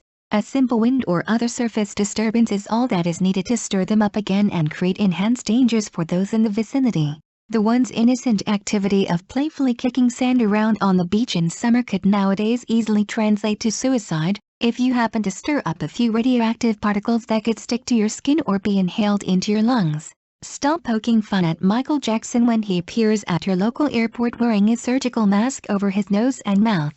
He may look eccentric, but Michael will almost certainly outlive most of us. 12 years after the cataclysmic Trinity test, it became obvious to Western governments that things were getting completely out of control, with the 1957 British Medical Research Council report stating that global deaths from lung cancer have more than doubled during the period 1945 to 1955 inches, though no explanation was offered. During the same 10-year period, cancer deaths in the immediate proximity of Hiroshima and Nagasaki went up threefold. By the end of official atmospheric testing in 1963, the incidence of lung cancer in the Pacific Islands had increased fivefold since 1945. Having screwed your environment completely for 50,000 years, it was time for big government to start taking heavy diversionary action. Image, copyright unknown. In 1959, the World Health Organization entered into an agreement with the IAEA which gave the pro-nuclear IAEA a veto over WHO research into the effects of radiation. How could people be proved to be causing themselves to contract lung cancer? That is be said to be guilty of a self-inflicted injury for which government could never be blamed or sued. The only obvious substance that people inhaled into their lungs, apart from air, was tobacco smoke, so the government boot was put in. Poorly qualified medical researchers suddenly found themselves overwhelmed with massive government grants all aimed at achieving the same end result, prove that smoking causes lung cancer. Real scientists, especially some notable nuclear physicists, smiled grimly at the early pathetic efforts of the fledgling anti-smoking lobby, and lured them into the deadliest trap of all. The quasi-medical researchers were invited to prove their false claims under exactly the same rigid scientific rules that were used when proving that radioactive particles cause lung cancer in mammals. Remember, for any theory to be accepted scientifically, it must first be proven in accordance with rigorous requirements universally agreed by scientists. First, the suspect agent, tobacco smoke, must be isolated, then used in properly controlled laboratory experiments to produce the claimed result, that is lung cancer in mammals. Despite exposing literally tens of thousands of especially vulnerable mice and rats to the equivalent of 200 cigarettes per day for years on end, medical science has never once managed to induce lung cancer in any mouse or rat. Yes, you did read that correctly. For more than 40 years, hundreds of thousands of medical doctors have been deliberately lied to you. The real scientists had the quasi-medical researchers by the throat, because pairing the deadly radioactive particle experiment with the benign tobacco smoke experiment proved conclusively for all time that smoking cannot under any circumstances cause lung cancer. And further, in one large accidental experiment they were never allowed to publish, the real scientists proved with startling clarity that smoking actually helps to protect against lung cancer. All mice and rats are used one time only in a specific experiment, and then destroyed. In this way researchers ensure that the results of whatever substance they are testing cannot be accidentally contaminated by the real or imagined effects of another substance. Then one day, as if by magic, a few thousand mice from the smoking experiment accidentally found their way into the radioactive particle experiment, which in the past had killed every single one of its unfortunate test subjects. But this time, completely against the odds, 60% of the smoking mice survived exposure to the radioactive particles. The only variable was their prior exposure to copious quantities of tobacco smoke. Government pressure was immediately brought to bear and the facts suppressed, but this did not completely silence the real scientists. Tongue-in-cheek perhaps, Professor Schrauzer, president of the International Association of Bioinorganic Chemists, testified before a U.S. Congressional committee in 1982 that it had long been well known to scientists that certain constituents of tobacco smoke act as anti-carcinogens, anti-cancer agents, in test animals. He continued that when known carcinogens, cancer-causing substances, are applied to the animals, the application of constituents of cigarette smoke counter them. Nor did Professor Schrauzer stop there. He further testified on oath to the committee that no ingredient of cigarette smoke has been shown to cause human lung cancer, adding that no one has been able to produce lung cancer in laboratory animals from smoking. It was a neat answer to a rather perplexing problem. If government blocks publication of your scientific paper, take the alternate route and put the essential facts on the written congressional record. Predictably, this hard truth drove the government and quasi-medical researchers into a frenzy of rage. By 1982 they had actually started to believe their own ridiculous propaganda, and were not to be silenced by eminent members of the scientific establishment. Quite suddenly they switched the blame to other secret ingredients put into cigarettes by the tobacco companies. Yes, that must be it, they clamored eagerly, until a handful of scientists got on the phone and pointed out that these same secret ingredients had been included in the mice experiments, and had therefore also been proved incapable of causing lung cancer. Image, copyright Eurostat, larynx, trachea, bronchus and lung cancer mortality, 1997 to 1999. With more than 300 incidents, Windscale generated 76% of the artificial radiations in Europe in 1984. Things were looking desperate for government and the medical community overall. Since the anti-smoking funding had started in the early 60s, tens of thousands of medical doctors had passed through medical school, where they had been taught that smoking causes lung cancer. Most believed the lie, but cracks were starting to appear in the paintwork. Even the dullest of straight-C doctors could not really make the data correlate, and when they queried it were told not to ask stupid questions. Smoking causes lung cancer converted to a creed, a quasi-religious belief mechanism where blind faith became a substitute for proof. Even blind faith needs a system of positive reinforcement, which in this case became the advertising agencies and the media. Suddenly the television screens were flooded with images of terribly blackened smokers' lungs, with the accompanying mantra that you will die in horrible agony if you don't quit now. It was all pathetic rubbish, of course. On the mortuary slab the lungs of a smoker and non-smoker look an identical pink, and the only way forensic pathologists can tell you might have been a smoker, is if he finds heavy stains of nicotine on your fingers, a packet of Camels or Marlboro in your coat pocket, or if one of your relatives unwisely admits on the record that you once smoked the demon weed. The black lungs? From a coal miner, who throughout his working life breathed in copious quantities of microscopic black coal dust particles. Just like radioactive particles, they get caught deep in the tissue of the lungs and stay there forever. If you work down the coal mines for 20 or more years without a face mask, your lungs will probably look like this on the slab. Image, copyright in Canoe. Many people ask exactly how it is that those smoking mice were protected from deadly radioactive particles. And even more are asking why real figures nowadays are showing far more non-smokers dying from lung cancer than smokers. Professor Sterling of the Simon Fraser University in Canada is perhaps closest to the truth, where he uses research papers to reason that smoking promotes the formation of a thin mucus layer in the lungs, which forms a protective layer stopping any cancer-carrying particles from entering the lung tissue. This is probably as close as we can get to the truth at present, and it does make perfect scientific sense. Deadly radioactive particles inhaled by a smoker would initially be trapped by the mucus layer, and then be ejected from the body before they could enter the tissue. All of this may be a bit depressing for non-smokers, but there are probably one or two things you can do to minimize the risks as far as possible.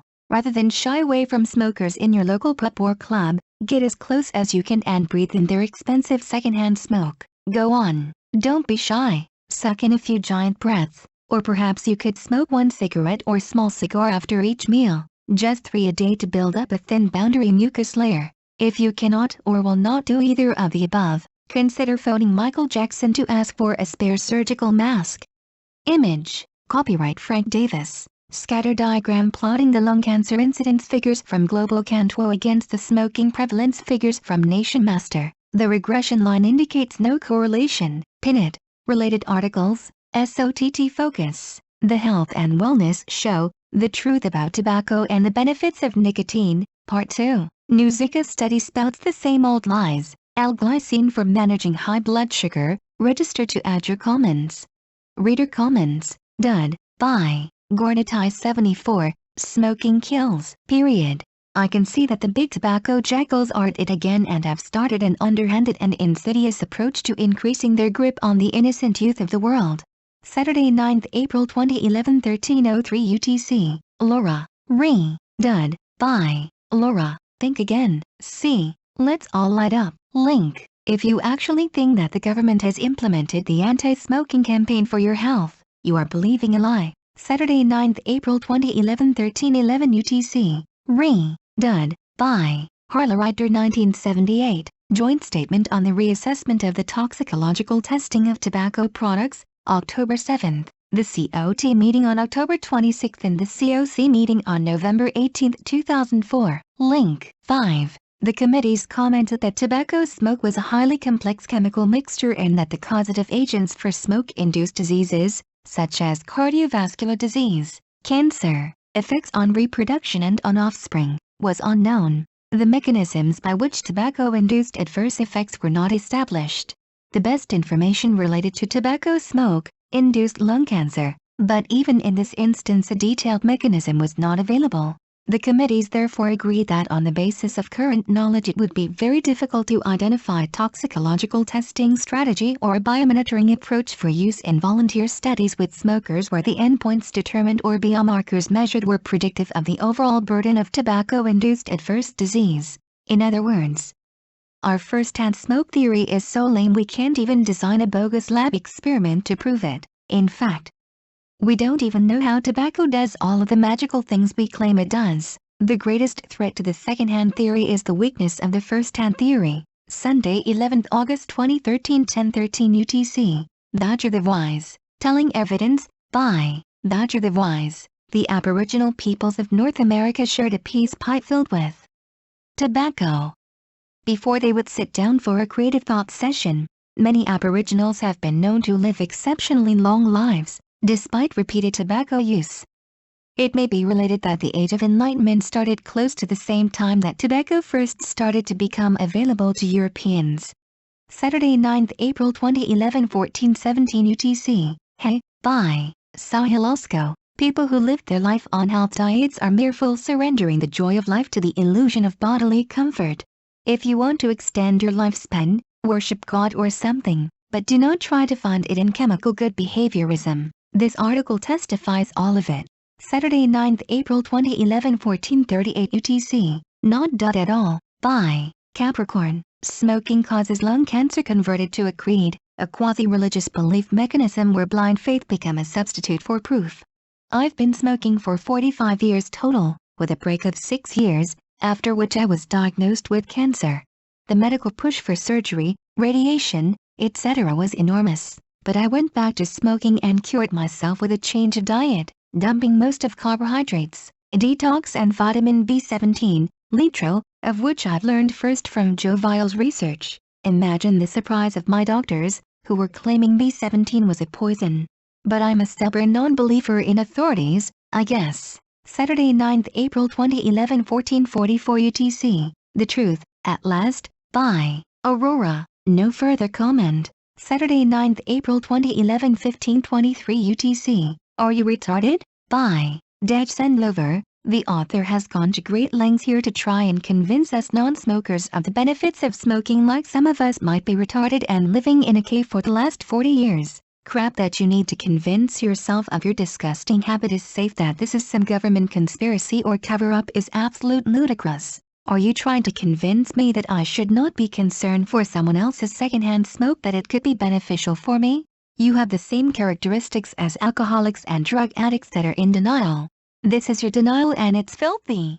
Try one of the anonymous groups. They have one for smoking. BTW denial is insanity, and the 12-step programs have sponsors who can help you. Step 2 came to believe a power greater than myself can restore me to sanity. Saturday, 9th April 2011, 15:36 UTC. Niall Ray. Are you retarded? By Niall. But you see, Dej Sendlover, we no longer believe that smoking is a problem which needs to be cured. I'm sorry that you find it disgusting and filthy and that you believe the lies they have told you about it, but smoking is actually very beneficial for most people. It absolutely is a government conspiracy. On top of the implications of this astonishing research by Joe Vials, I suspect that psychopaths in power know full well that a smoking population is far harder to brainwash. Just ask the Nazis. Saturday, 9th April 2011, 16:15 UTC. Bulurira, Ray. Are you retarded? By Bulurira, you have been successfully experimented with by the powers that be, at least for the moment being. What made it happen? What made you have this kind of attitude towards smoking? Was it the TV ads, the pictures of lungs and teeth? Perhaps the scary messages on the packages? Was it talk from other people? The doctor telling that smoking was the cause of death of some people around you? The newspapers? Perhaps all of these? You truly think the powers that be care about your well-being? That they care about you not smoking? That this is why they're so massively supporting anti-tobacco groups? Now that's being in denial. How come I don't get it? This is harmful label on the Happy Meals for children. They don't care at all. If they'd care, you won't be inhaling toxic fumes and gases, you won't be eating toxic foods and drinks, you won't be using toxic whatevers that you use in your everyday life, you hadn't need to detox in order to be able to live healthy. We're living in a toxic world. And in such a world it is best to be as objective as possible, otherwise you're gone, and they control the way you feel, think and do. Don't get me wrong, I understand you. I would also act with anger if someone would say that something that is bad is good for me or others.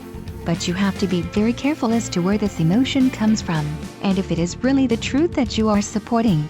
Don't let emotions rule you. Start digging for some facts, and trust me, you have to dig deep.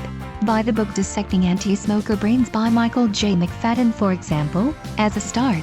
Just have a neutral attitude towards it, and see what happens. Remember, the PTB don't like critical thinkers. I know you are capable of thinking critically, everyone is. The question is, do they choose to do so or not? What about you? What made me enjoy smoking for its healthy benefits was by doing research and collecting data and facts. Smoking, natural tobacco that is, without nasty additives, helps me to think, maybe this is why the government doesn't want us to smoke. Helps me to relax from the daily stresses and so much more. But this all is for you to discover, if you choose to, that is. It's not about having to smoke or not, but rather about finding out the truth. You might also enjoy this website, link, Sunday 10th April 2011 0902 UTC, Ray, Are You Retarded? By Harlerider 1978, The Fuhrer Thanks You from the Grave. Hitler was a leftist. Hitler's anti-tobacco campaign. One particularly vile individual, Karl Asto, upstanding president of Jena University, poisonous anti-Semite, euthanasia fanatic, SS officer, war criminal and tobacco-free Germany enthusiast, liked to walk up to smokers and tear cigarettes from their unsuspecting mouths. He committed suicide when the war ended, more through disappointment than fear of hanging. It comes as little surprise to discover that the phrase passive smoking, passivation, was coined not by contemporary American admin, but by Fritz Lichtkind, the author of the magisterial 1100-page Tabak und Organismus, Tobacco and the Organism, which was produced in collaboration with the German Anti-Tobacco League, link, before World War II, Nazi propaganda strategy, officially promulgated by the Ministry of Public Enlightenment and Propaganda, stressed several themes. Their goals were to establish external enemies, countries that allegedly inflicted the Treaty of Versailles on Germany, and internal enemies, such as Jews, Romani, homosexuals, and Bolsheviks. Hitler and Nazi propagandists played on the anti-Semitism and resentment present in Germany. The Jews were blamed for things such as robbing the German people of their hard work while themselves avoiding physical labor. Der Stürmer, a Nazi propaganda newspaper, told Germans that Jews kidnapped small children before Passover because Jews need the blood of a Christian child, maybe, to mix in with their matzah.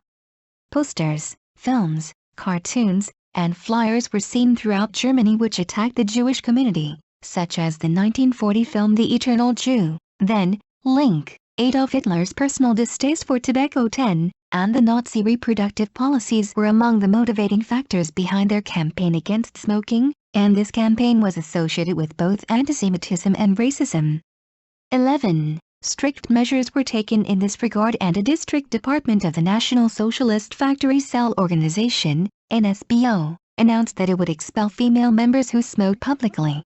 39. The next step in the anti-tobacco campaign came in July 1943, when public smoking for persons under the age of 18 was outlawed.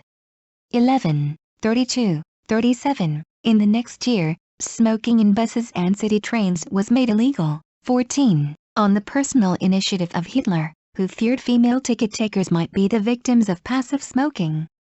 6. Sunday 11th August 2013 10:15 UTC. Just because radioactive fallout, by E.F.R., causes cancer doesn't mean tobacco, or asbestos, pesticides, et al. Don't. Saturday 9th April 2011 15:44 UTC. Re. Just because radioactive fallout, by Rabelais, perhaps you can produce one piece of scientific literature that supports your belief that smoking is causative in cancer. Statistical studies don't count.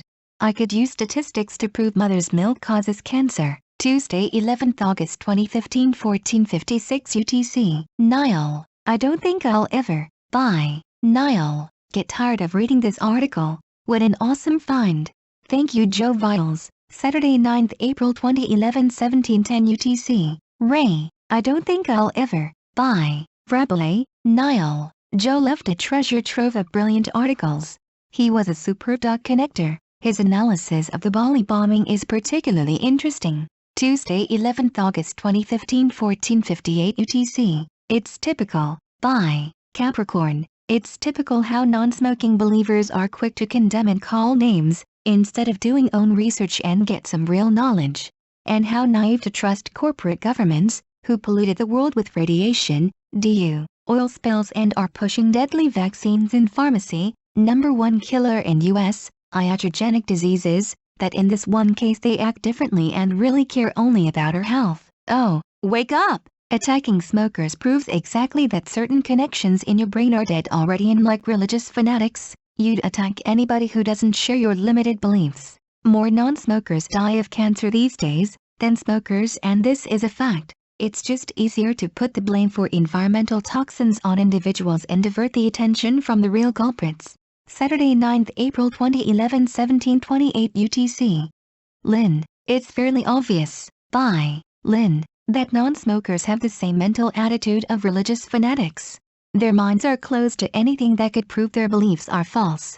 You can show them all the facts in the world and they still will deny the truth of it. And they then think that they should be able to push their beliefs onto others, just the same as religious fanatics do. Saturday 9th April 2011 17:33 UTC. Ray. It's fairly obvious, by Had to be. This might just be my be nice reflex kicking in, but rather than non-smokers, I'd say it's the anti-smokers that are fanatical. Perhaps most non-smokers are anti-smokers, which wouldn't surprise me, especially in modernized nations, but some people really can't handle or enjoy tobacco. Tuesday 12th April 2011 12:14 UTC. Joe. What if everything, by Joe, you have been told is true is wrong?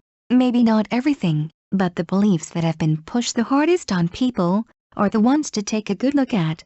That of course requires a mind that is first of all open to that some really big lies have been told.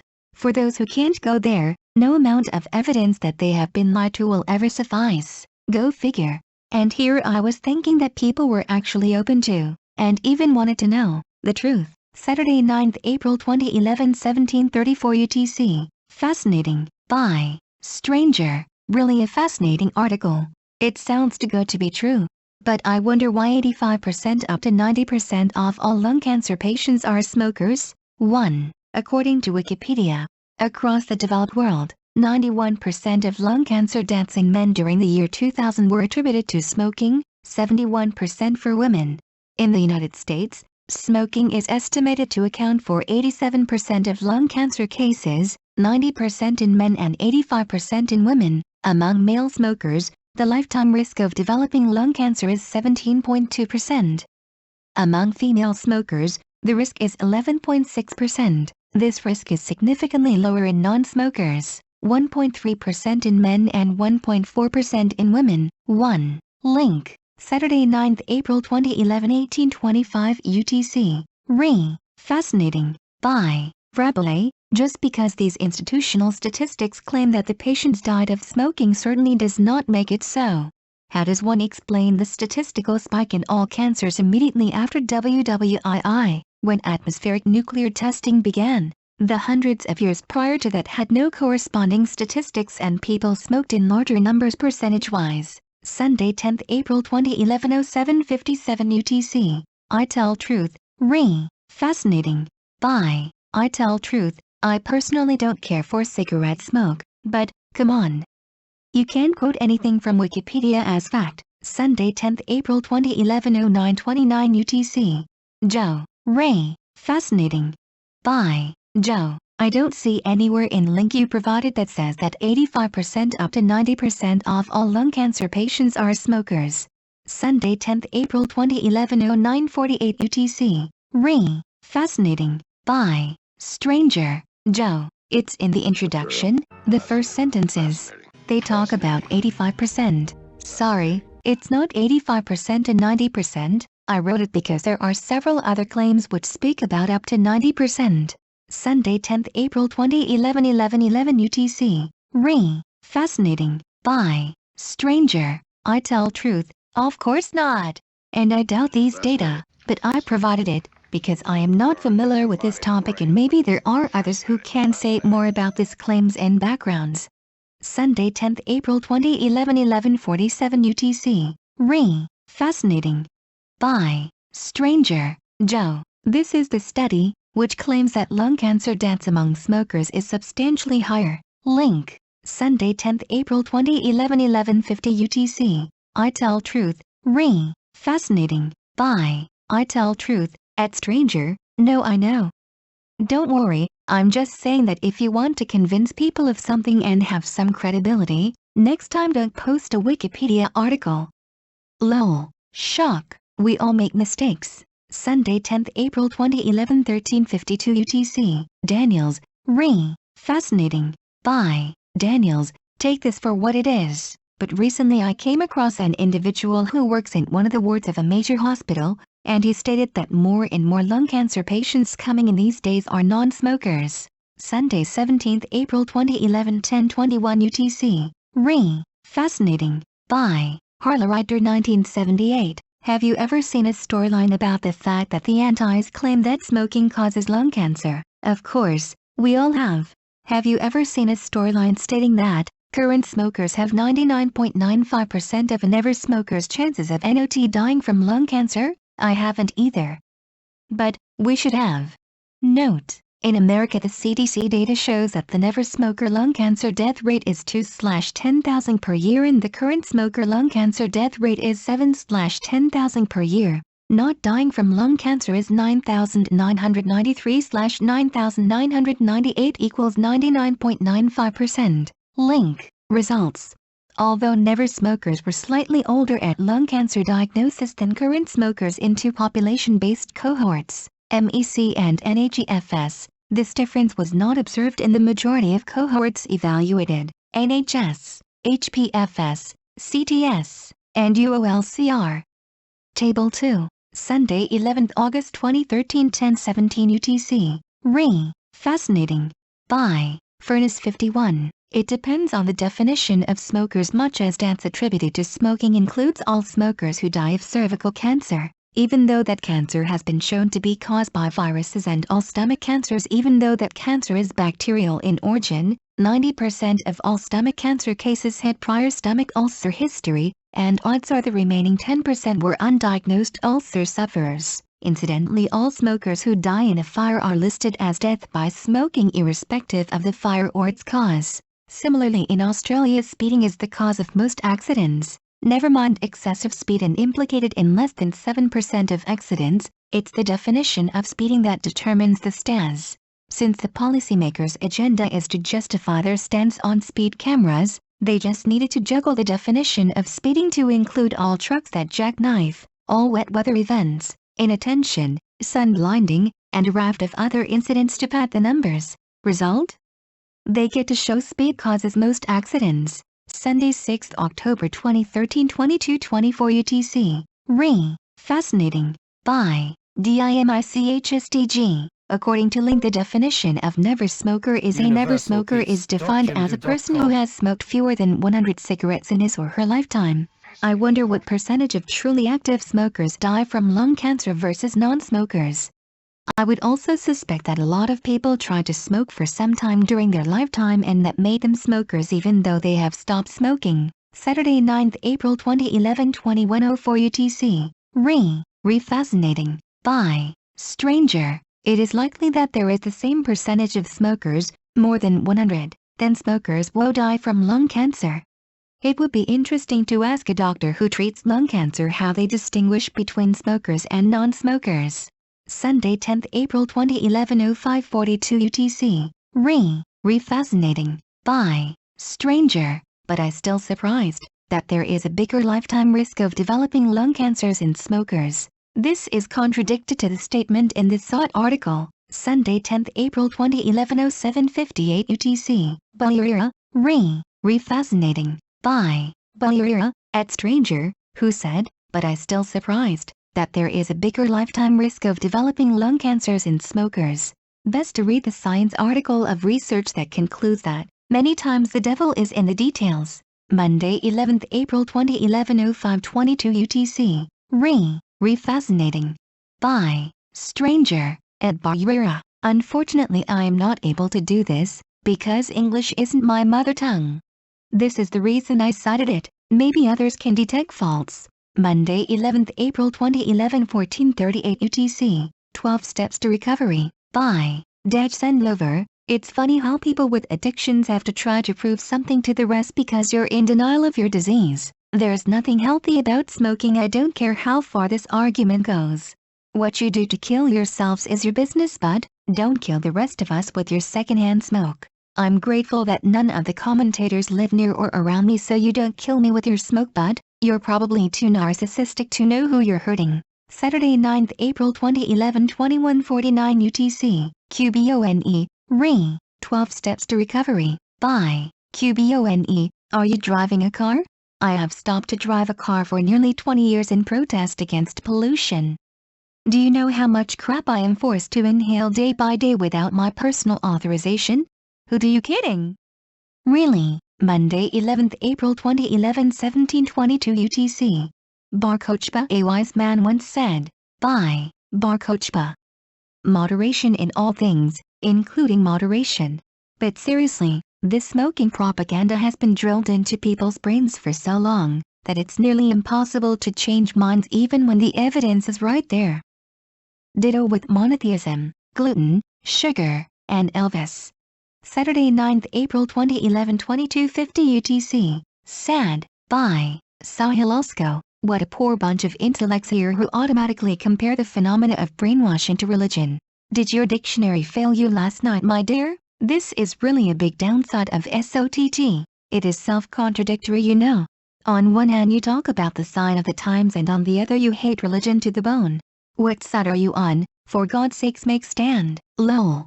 I just hate when people are selectively picking the conviction of a particular kind of religion but do not reckon it and actually bash the religion, in this case clearly Christianity. People, if you want to compare something to brainwashing, then rather go to any mainstream news site and see how people are obsessed with their governments and tax money. That's what you call brainwashing.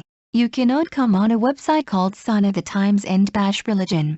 That is intellectual absurd. Saturday 9 April 2011 23:06 UTC. I Tell Truth.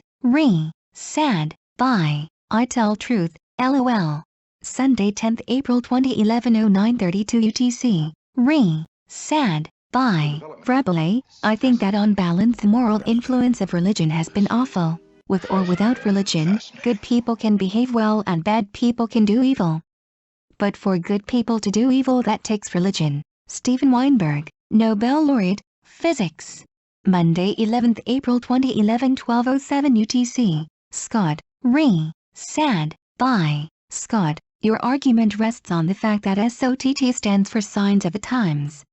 What does that phrase need to be religious? Why can't anyone redefine, or maybe restore, the meaning of the phrase?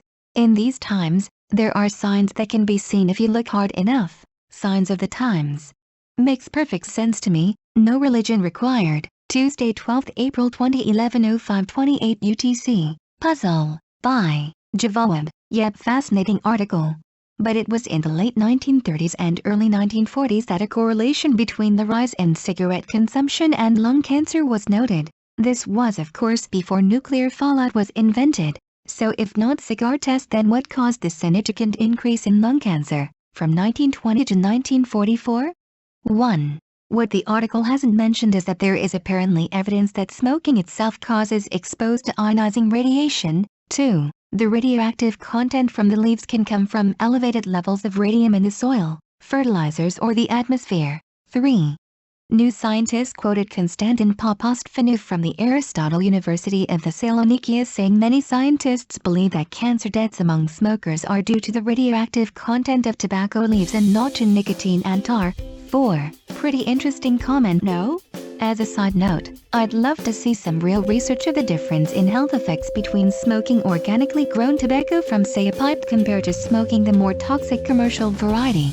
Bringing that topic up with a couple of smokers I know resulted in a blank and confused stare. 1. Link. 2. Link. 3. Link. 4. Link. Saturday 9th April 2011 23:40 UTC. Puzzle. By Harlerider 1978. Truly a laudable kit.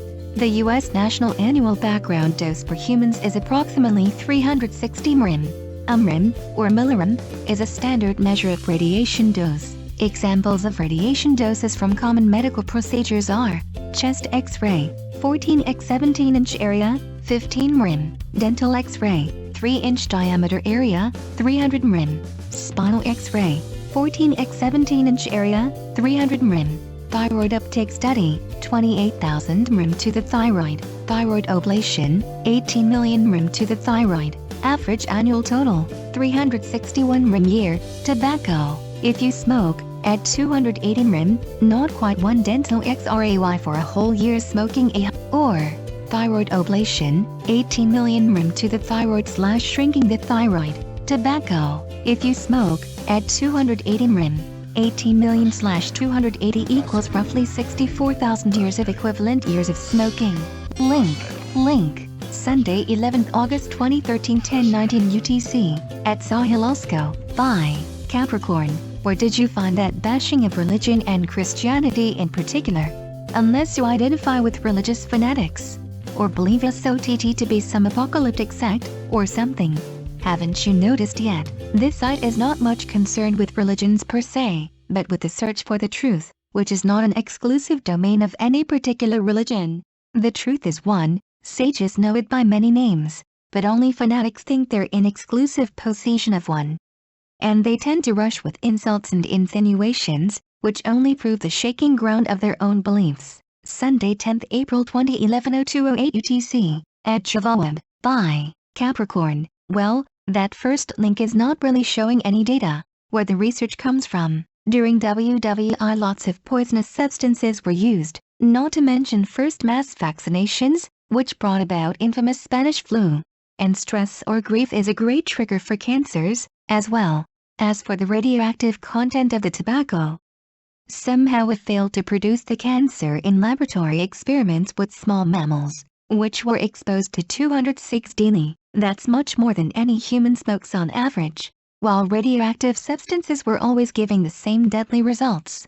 Here is the congressional testimony of scientists involved in this experiment. They were removed from the net. Why?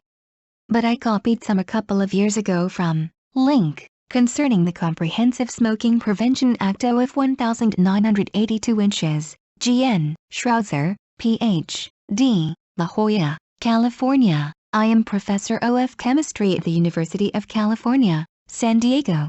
I hold a Ph.D. degree in chemistry from the University of Munich and am the president and founder of the International Association of Bioinorganic Scientists. I am member of several scientific societies, including the American Chemical Society, the Association of Clinical Scientists, and the American Public Health Association. I am the author of approximately 200 research publications and have edited 2 books. My main research interests are in cancer prevention, cancer epidemiology, trace minerals and human and animal nutrition, and various fields of experimental chemistry. I have done pioneering work on the prevention of cancer by the essential trace mineral selenium and in 1978 received a special award from the Santa Clara section of the American Cancer Society. As a chemist, cancer researcher and American citizen, I wish to comment upon the Comprehensive Smoking Prevention Act of 1982's recently introduced into U.S. Congress. In this act, it is stated, among other things, that smoking is the #1 cause of lung cancer in the United States.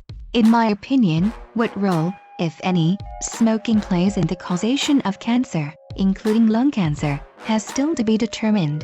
Those who claim smoking causes cancer rely upon the reported statistical association and ignore the inconsistencies of the smoking causation theory in the scientific literature. For example, to date, no one has ever been able to produce lung cancer in laboratory animals through exposure to fresh, whole cigarette smoke. Moreover, the vast majority of smokers never developed lung cancer, and there are serious inconsistencies in the epidemiological evidence and dose-response relationships.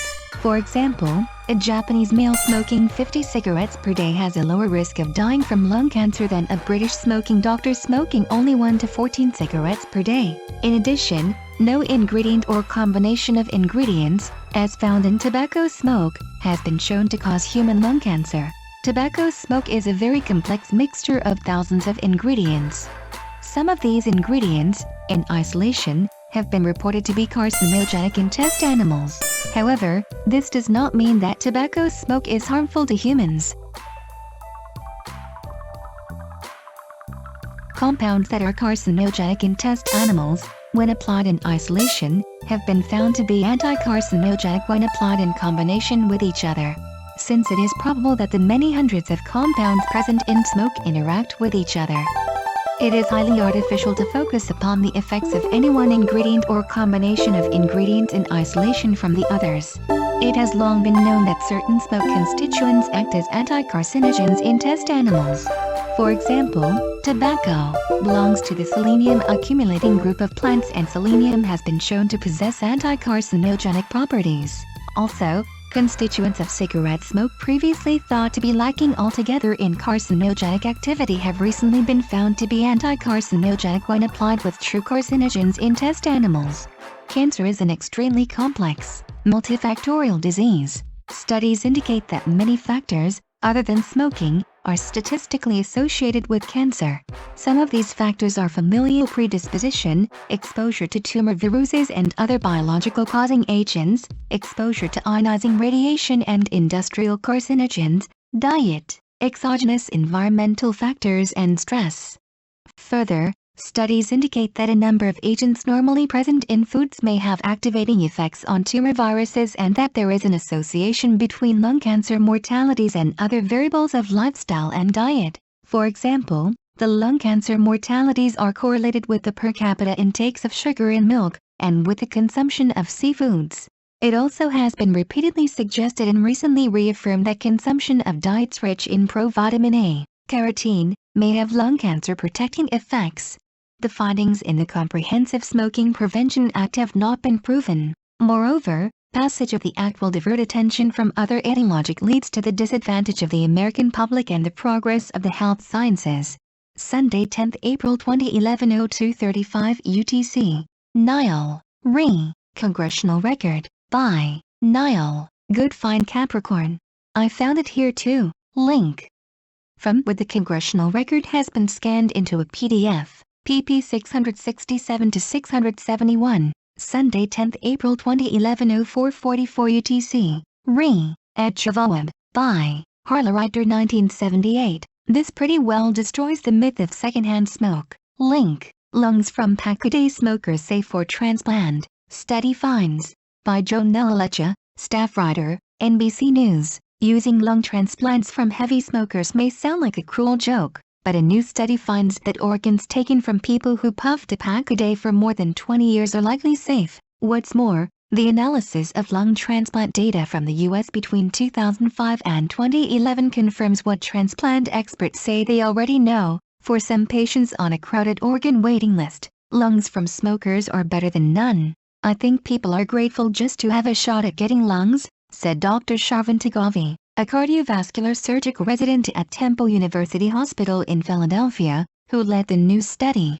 I've done the math here, and this is how it works out with second AHND smoke and people inhaling it. This 16-city study conducted by the U.S. Department of Energy and later by Oak Ridge National Laboratories discovered cigarette smoke. Bartenders' annual exposure to smoke rises, at most, to the equivalent of 6 cigarettes a year. 146,000 cigarettes smoked in 20 years, 81 pack a day. A bartender would have to work in secondhand smoke for 33 years to get an equivalent dose. then the average non-smoker in a ventilated restaurant for an hour would have to go back and forth each day for 119,000 years to get an equivalent 20 years of smoking a pack a day. Pretty well impossible. Sunday, 11th August 2013, 10:21 UTC. PME. Forum down? Bye. PME. Hi, is the forum down again? Server modifications. And when is it up again? Sunday, 10th April 2011, 05:06 UTC. Nile. Forum down? Bye. Nile. It looks okay from here. Sunday, 10th April 2011, 05:10 UTC. PME. At Nile? Bye. PME. You can go to the forum? Sunday, 10th April 2011, 05:42 UTC. Yes. Bye. Stranger. Me too. Sunday, 10th April 2011, 05:43 UTC. PME. It sucks. Bye. PME. So it is a problem with my PC then?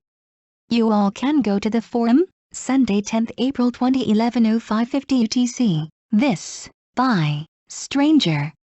Article about lung cancer in laboratory animals might be of interest to you. Link. Sunday, 10th April 2011, 06:09 UTC.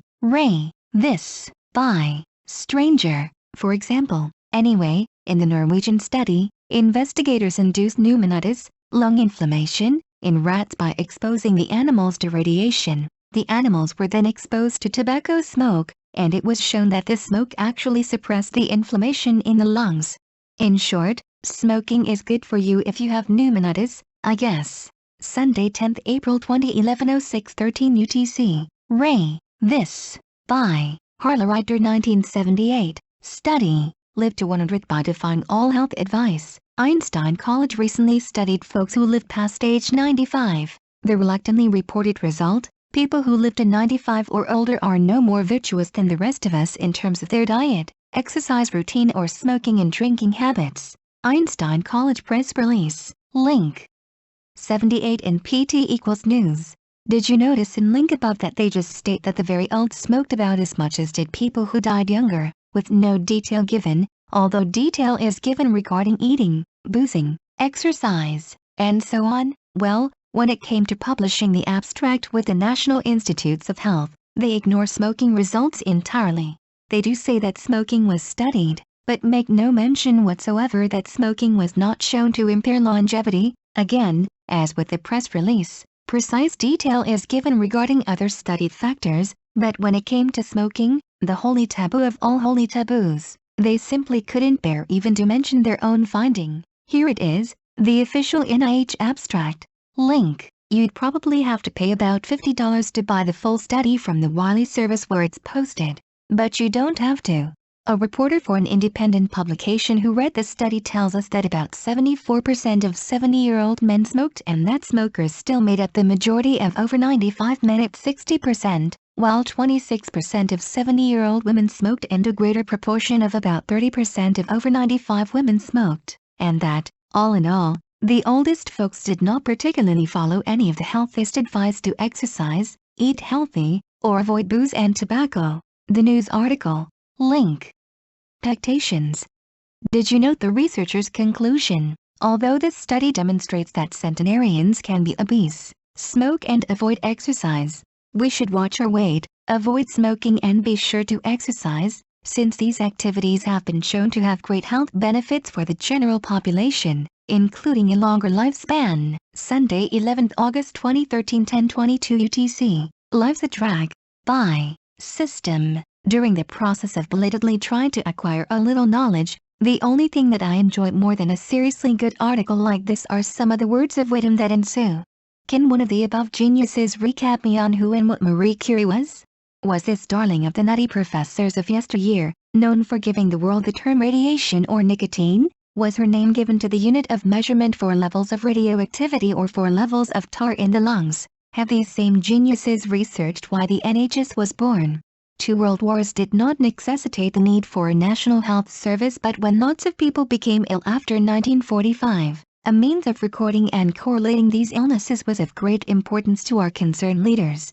Several hospices were simultaneously created around the UK, whose patron was not a Benson or a Hatches, neither a Lambert nor a Butler, but guess who? That's right, the Queen of Cancer herself, Marie Curie. For those who claim that lung cancer predates radiation on the basis of known test records, really ought to do their homework. There would have been many private tests long before any public tests. Use your common sense. I have done my homework on a variety of subjects, including what the CIA refer to as lights and how people are trained to resist an alternative version to the one that they have been conditioned to fanatically defend and uphold. Mr. Pavlov would very much approve of such dogged determination. Talking of dogs, I'm off to do my dad's and then I will roll myself a coffin nail and amend 3 of the commandments in my Bible to the following. Thou shalt not tolerate dirty, filthy smokers. Thou shalt only question those scientists who refuse the king's shekel. Thou shalt oppose the free will of those people who would never seek to oppose thy own free will. Sunday, 10th April 2011, 09:56 UTC. Life's a Drag. By Harla Reiter, 1978. The Black Pig Lung Hoax. It was an outright bald-faced lie. Pankyu described the centerpiece of his anti-smoking display as the diseased lung of a 150-pound man who smoked for 15 years. Actually, it was a pig's lung shot full of various carcinogens on purpose. But, Pankyu said later, his lesson was made stronger by not passing along that tidbit of truth. Link. The Black Pig Lung Hoax. Here is an oldie but goodie.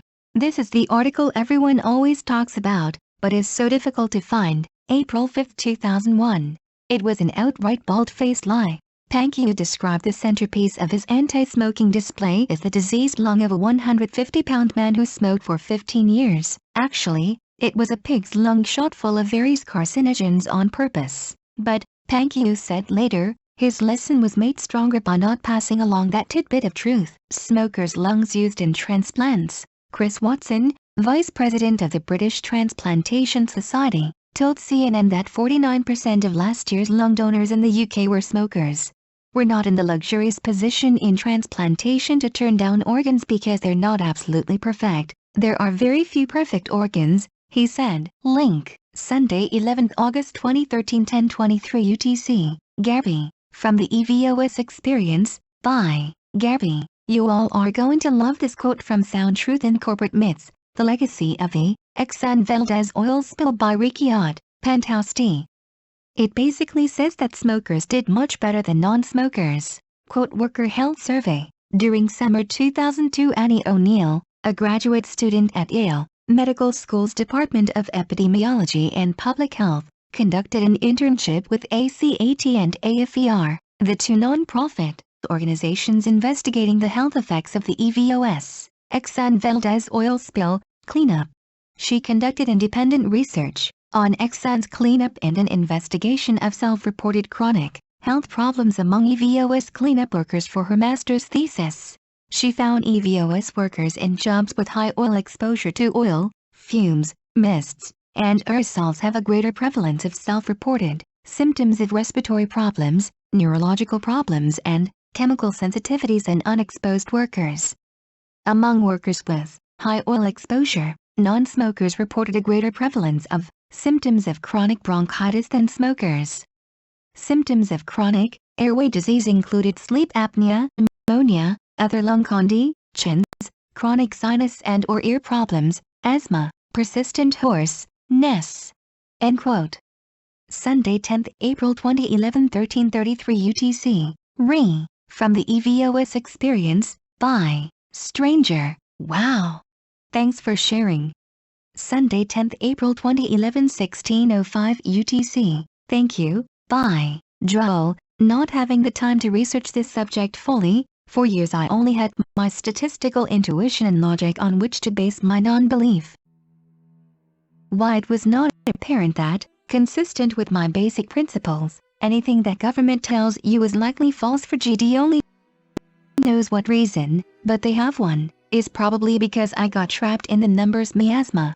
They don't add up, just as you said. Further, as smoking rates go down, lung cancer rates are going up, at an epidemiological level. That is all wrong and should trigger massive alarms. But does it?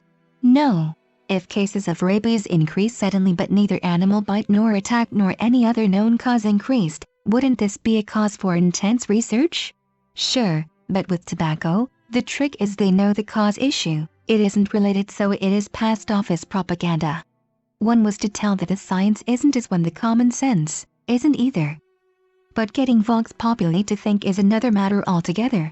Sunday, 10th April 2011, 14:32 UTC. Correction: last sentence. By Droll. Sorry, it should read one way: to tell that the science isn't means that the purported science is not real science, but the Al Gore marketing variety science, the kind of information fed to people who think they are brighter than they actually are.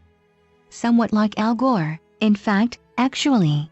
Sunday, 10th April 2011, 14:35 UTC. Correction: last sentence. By Harlerider, 1978. Robert Nilsson, Professor of Molecular Toxicology, Stockholm University, Department of Genetics, Microbiology and Toxicology. The one-sided preoccupation with environmental tobacco smoke, ETS, as a causative factor of lung cancer in non-smokers may seriously hinder the elucidation of the multifactorial etiology of these tumors. In the book, What Risk? Professor Nilsson puts children's risk of passive smoking in this perspective. Looked at another way, a child's intake of benzoate-pyrene during 10 hours from ETS is estimated to be about 250 times less than the amount ingested from eating one grilled sausage. Sunday, 11th August 2013, 10:24 UTC. Tobacco is not the same, by system, as what is inside your typical cigarette. This seems to be a big button pusher for non-smokers activists. They correlate smoke equals cigarette smoke. If they can separate the fact that they are defending tobacco as the cause of cancer, away from cigarettes having toxins, then they may move on to others' facts about toxins and what they do to our bodies, like causing mutations in our bodies. The point from all this confusion is exactly that. The more confused and dumbed down the populace, the easier it is to polarize them on a certain issue. Imho. Sunday, 10th April 2011, 23:13 UTC. Tobacco is not the same, by Harlerider, 1978. Junk science, a term used to describe false or misleading research that is offered as real science, but which was not obtained using the accepted scientific method. The term junk science is often applied to deceptive environmental and health studies. Just remember that the food sold in these venues also contains trace amounts of these 4,700 chemicals, 200 poisons and 50 carcinogens. Food, like tobacco, is a biological material. Food, like tobacco, is comprised of the same amino acids, proteins, and carbohydrates. Food, like tobacco when heated, produces the same byproducts, which are the same so-called trace amounts of substances which anti-smoking activists use to justify the elimination of tobacco smoke. The bottom line? Anyone who eats in a restaurant, or at home for that matter, is still exposed, and therefore still absorbing the same stuff, even after bans are in force. Eugenics and the Nazis, The California Connection, Edwin Black. San Francisco Chronicle, November 9, 2003, 4 a.m. Read more, link. Tobacco Control Scotland has admitted it has no record of any deaths or demonstrable harm caused to anyone from second-hand smoke as the UK GOVT pushes forward the idea of third-hand smoke, also known as invisible smoke, without any evidence at all. Bill Gibson, the International Coalition Against Prohibition, TICAP, chairman, was interested to know how many actual deaths and respiratory illnesses were recorded in Scotland from passive smoking, given the reported guesstimate 13,000 figure which is repeated parrot fashion year after year. He put in an FOI request and found that there wasn't one death or respiratory illnesses attributed to SHS or tobacco. Perhaps I should repeat that. Not one death has been recorded in Scotland as definitely related to tobacco smoking or passive smoking. Link. If we did the same the world over we would get the same answer. Remember this story from last year, BS. Study. 600,000 people die worldwide from secondhand smoke every year. Link. Now how would tobacco control answer up about this under oath? LMAO. Secondhand smoke is nothing but manufactured hype. Link. Sunday, 11th August 2013, 10:27 UTC. Highland Fleet Loot. Reader comment. By Highland Fleet Loot. I've been smoking 30 fags a day since I was 16. Haven't had a cold or flu or visited a GP since the 80s, and barring the occasional dreadful hangover, I never have a day off work. Sometimes, part of my job is to answer the phones and take messages from all the lazy, slow-witted, non-smoking vegetarians who routinely phone in sick. I'm forever issuing them with pro-smoking health warnings, but I don't think they can hear me. It never gets to debate. They think it's a gag. Monday, 11th April 2011, 01:58 UTC. Radon. By Fungus Fitzjuggler. Granite gives off radon gas which decays by emitting alpha particles. Many houses have very high levels. Once smoking rates fall, there will either be a commensurate fall in cancer or not. That will settle the matter. Nicotine addicts can take nicotine into their bodies in many ways, and nicotine plants grow even in Ireland. No tax, cheap, and you get a hit. The flowers are fragrant. Some people are more affected by carcinogens created by smoking. Taking anything hot into the lungs is highly questionable behavior. Heat creates carcinogens. Monday, 11th April 2011, 02:36 UTC. Heat creates carcinogens. By Rabelais. Have you some references for that bit of magical thinking? If this were the case, the Bedouin would have long been extinct by now. Monday, 11th April 2011, 12:59 UTC. Radon. By Alessia. LOL. Tuesday, 27th August 2013, 14:34 UTC. Joe Viles RIP. By Fungus Fitzjuggler. I miss Joe. Monday, 11th April 2011, 02:38 UTC. Math correction. By The Mechanic. 4,200 kilograms of plutonium had been discharged into the atmosphere. Because we know that less than 1 microgram millionth of a single gram of inhaled plutonium causes terminal lung cancer in a human, we therefore know that your friendly government has lofted 4,200,000,000, 4.2 billion. That figure should be 1,000 times higher. 4,200 kilograms equals 4,200,000 grams equals 4,200,000,000 milligrams equals 4,200,000,000,000 micrograms. So there have at least been 4.2 trillion lethal doses released into the atmosphere. As if the figure wasn't frightening enough already. Monday, 11th April 2011, 05:46 UTC. QBONE, thank you for posting this SOTT. By QBONE. Sometimes I really do miss good old Villas. The man was a legend. May rest in peace, mate, wherever you are. Monday, 11th April 2011, 17:07 UTC. To the non-smokers. By Moksha Poe. Smoking kills, period. The author has gone to great lengths here to try and convince us non-smokers of the benefits of smoking, like some of us might be retarded and living in a cave for the last 40 years. There's nothing healthy about smoking. I don't care how far this argument goes. 3 fine examples of statements made by everyday anti-smokers, taken from comments above.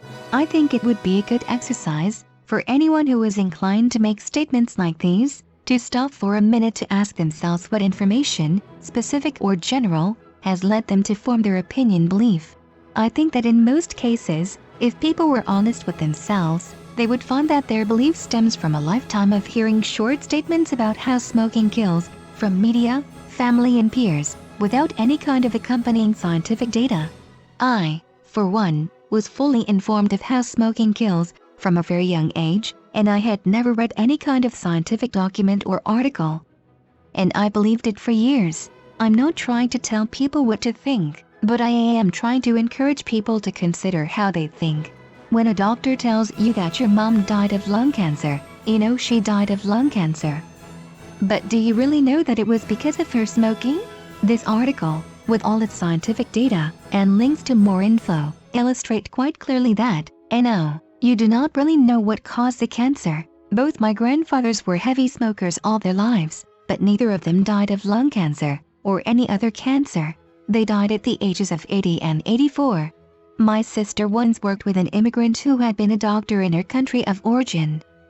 Having performed many autopsies, she said that when cutting open the chest of a smoker, the lungs were usually as pink and healthy as any non-smoker's lungs. There was no evidence from the lungs that indicated a person as being a smoker. For me, that was a valid source of information, more valid than the statistical bar graph of deaths on a Canadian pack of smokes. So where does the majority of information come from that forms your opinion? Your government.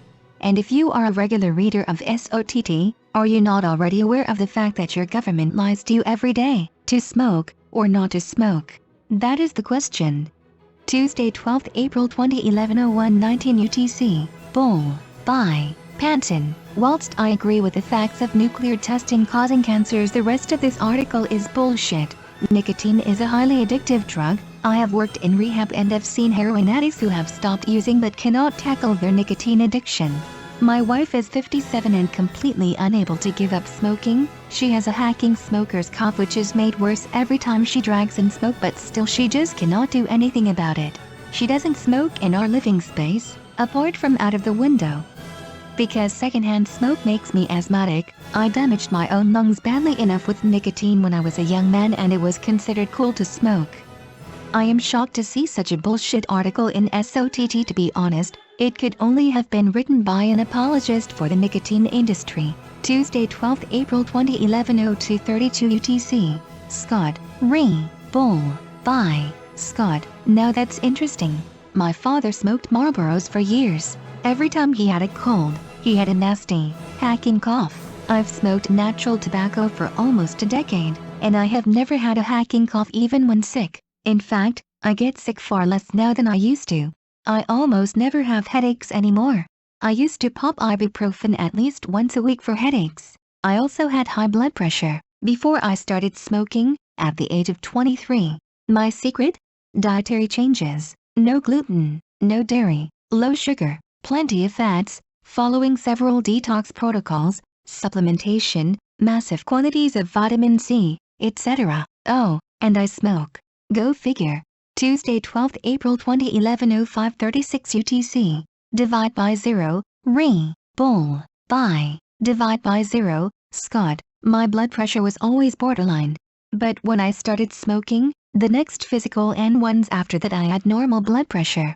I have read an article that smoking helps protect the lungs from other carcinogens that could be worse by creating a layer of mucus. Also, nicotine is not the problem, it is the tar and tons of chemicals added to name brand cigarettes. Nicotine actually has been found to help with schizophrenia and other mental disorders. If I smoke a name brand, I get a headache usually. So, I don't buy the party line, especially after reading other articles on how extreme they went to induce cancer on animals. For rats it was the equivalent of 1,000 plus cigarettes. Thursday 12 May 2011 18:12 UTC. Introspect. Re. Bull. Bye. Introspect. Can you be sure that it wasn't your diet and single-minded, obnoxious, judgmental attitude that invited your ill health? Saturday 28 May 2011 17:35 UTC. Re. Bull. Bye. Harlerider 1978. The inconvenient truth is that the only studies of children of smokers suggest it is protective in contracting atopy in the first place. The New Zealand study says by a staggering factor of 82%, participants with atopic parents were also less likely to have positive SPTs between ages 13 and 32 years if they smoked themselves, OR equals 0.18, and this reduction in risk remains significant after adjusting for confounders. The authors write, we found that children who were exposed to parental smoking and those who took up cigarette smoking themselves had a lower incidence of atopy to a range of common inhaled allergens. These associations were found only in those with a parental history of asthma or hay fever. They conclude, our findings suggest that preventing allergic sensitization is not one of them. The Journal of Allergy and Clinical Immunology, Volume 121, Issue 1, pages 38 to 42 E3, January 2008, http://www.jesseline.org/ article /SOO.07-01954-9/abstract. This is a Swedish study. Children of mothers who smoked at least 15 cigarettes a day tended to have lower odds for suffering from allergic rhinoconjunctivitis, allergic asthma, atopic eczema and food allergy, compared to children of mothers who had never smoked, OR 0.6-0.7. Conclusions: the study demonstrates an association between current exposure to tobacco smoke and a low risk for atopic disorders in smokers themselves and a similar tendency in their children. Clin Expressway Allergy 2001 June 31, 6, 908-14, link. Sunday 11th August 2013 10:29 UTC. Re. Bull. Bye. Harlerider 1978. In 2008 this paper was produced in America and concludes that nicotine-enhanced active smoking and passive smoking leads to less asthma. It also gives the etiology, causation, 1. Nicotine and the biological process that produces asthma in recipients. The results unequivocally show that, even after multiple allergen sensitizations, nicotine dramatically suppresses inflammatory allergic parameters in the lung, including the following: eosinophilic lymphocytic emigration, mRNA and/or protein expression of the Th2 cytokines chemokines IL-4, IL-5, IL-13, IL-25, and eotoxin, leukotriene C4, and total as well as allergen-specific IgE. Unequivocally show that, even after multiple allergen sensitizations, nicotine dramatically suppresses inflammatory allergic parameters in the lung, including the following: eosinophilic lymphocytic emigration, mRNA and/or protein expression of the Th2 cytokines chemokines IL-4, IL-5, IL-13, IL-25, and eotoxin, leukotriene C4, and total as well as allergen-specific IgE. Link: Sunday, 11th August 2013, 10:30 UTC. Testimony of Dr. Schrauzer. By DIMICHSTG. Can be found here. Link: Tuesday, 12th April 2011, 0254 UTC. History pre-internet. By Calvin 227. What I discovered before the internet from someone who later died by accident, who was involved in the unpublished research of beagles and tobacco smoke exposure. It was impossible to induce cancer via this method. It was, however, always induced via exposure to diesel fumes. Diesel fumes are a proven carcinogen, and this has been hushed up by the oil lobbies. Tuesday, 12th April 2011, 0634 UTC. To Scott. By Panton. You seem only to have been smoking for 10 years. Wait till you are in your 40s to 50s. Also, set yourself a test, give up for 2 weeks and watch what that does to your mind. It's a revelation. Tuesday, 12th April 2011, 0945 UTC. Mark 009. Smokin'. By Mark 009. As a good sought disciple, I don't worry about smoking. I smoke my brains out because I know it will never hurt me. However, I am worried to my core about the comet that is going to smash into Earth and wipe us all out. Tuesday, 24th May 2011, 11:49 UTC. Smoking and excessive drinking. By Women. Drinking large amounts of alcohol will reduce the body's immune system, which opens the door for cancer cells to progress. Most smokers who develop lung cancer are heavy drinkers. Monday, 16th January 2012, 0801 UTC. The Rabbit. Reader comment. By The Rabbit. To the non-smokers who would have us smokers hung. I know for a fact that your words are not your own words. Your thoughts are not your own thoughts, and unfortunately there is not much of a real self within you. How sad and what a waste of life. Saturday, 7th April 2012, 1350 UTC. The New Tobacco Prohibition. By Harlerider 1978. The New Tobacco Prohibition. I would like to take the time to tell the entire community about a falsehood so big that everyone who believes in freedom should be appalled. This falsehood is so big it resonates from historical fact forward to this day. This falsehood is so big billions of dollars have been spent to make it believable to those of us who don't take the time to look up the facts. We all remember reading about alcohol prohibition, but did you know there was also tobacco prohibition going on before alcohol became such a target of the last nanny staters? Our great-grandparents lived through Prohibition and the Great Depression. They also lived through tobacco prohibition. Here's a timeline starting in 1900. Don't be surprised to see the same thing playing out today nearly 100 years later. 1901, regulation strong anti-cigarette activity in 43 of the 45 states. Only Wyoming and Louisiana had paid no attention to the cigarette controversy, while the other 43 states either already had anti-cigarette laws on the books or were considering new or tougher anti-cigarette laws, or were the scenes of heavy anti-cigarette activity. Dillow, 1981-10. 1904, New York. A judge sends a woman is sent to jail for 30 days for smoking in front of her children. 1904, New York City. A woman is arrested for smoking a cigarette in an automobile. You can't do that on Fifth Avenue, the arresting officer says. 1907, business owners are refusing to hire smokers. On August 8, the New York Times writes, business is doing what all the anti-cigarette specialists could not do. 1917, smoke-free tobacco control laws have fallen, including smoking bans in numerous cities, and the states of Arkansas, Iowa, Idaho and Tennessee. 1937, Hitler institutes laws against smoking. This one you can Google. Now on to the falsehood. We have been told for years by smoke-free advocates that secondhand smoke is the cause of everything from Johnny's earache to Cousin Edie's lung cancer. But where's the proof? Remember they claim 50,000 deaths a year, yet there are no bodies, not even mass graves of the dead, to secondhand smoke. We await the names of these victims.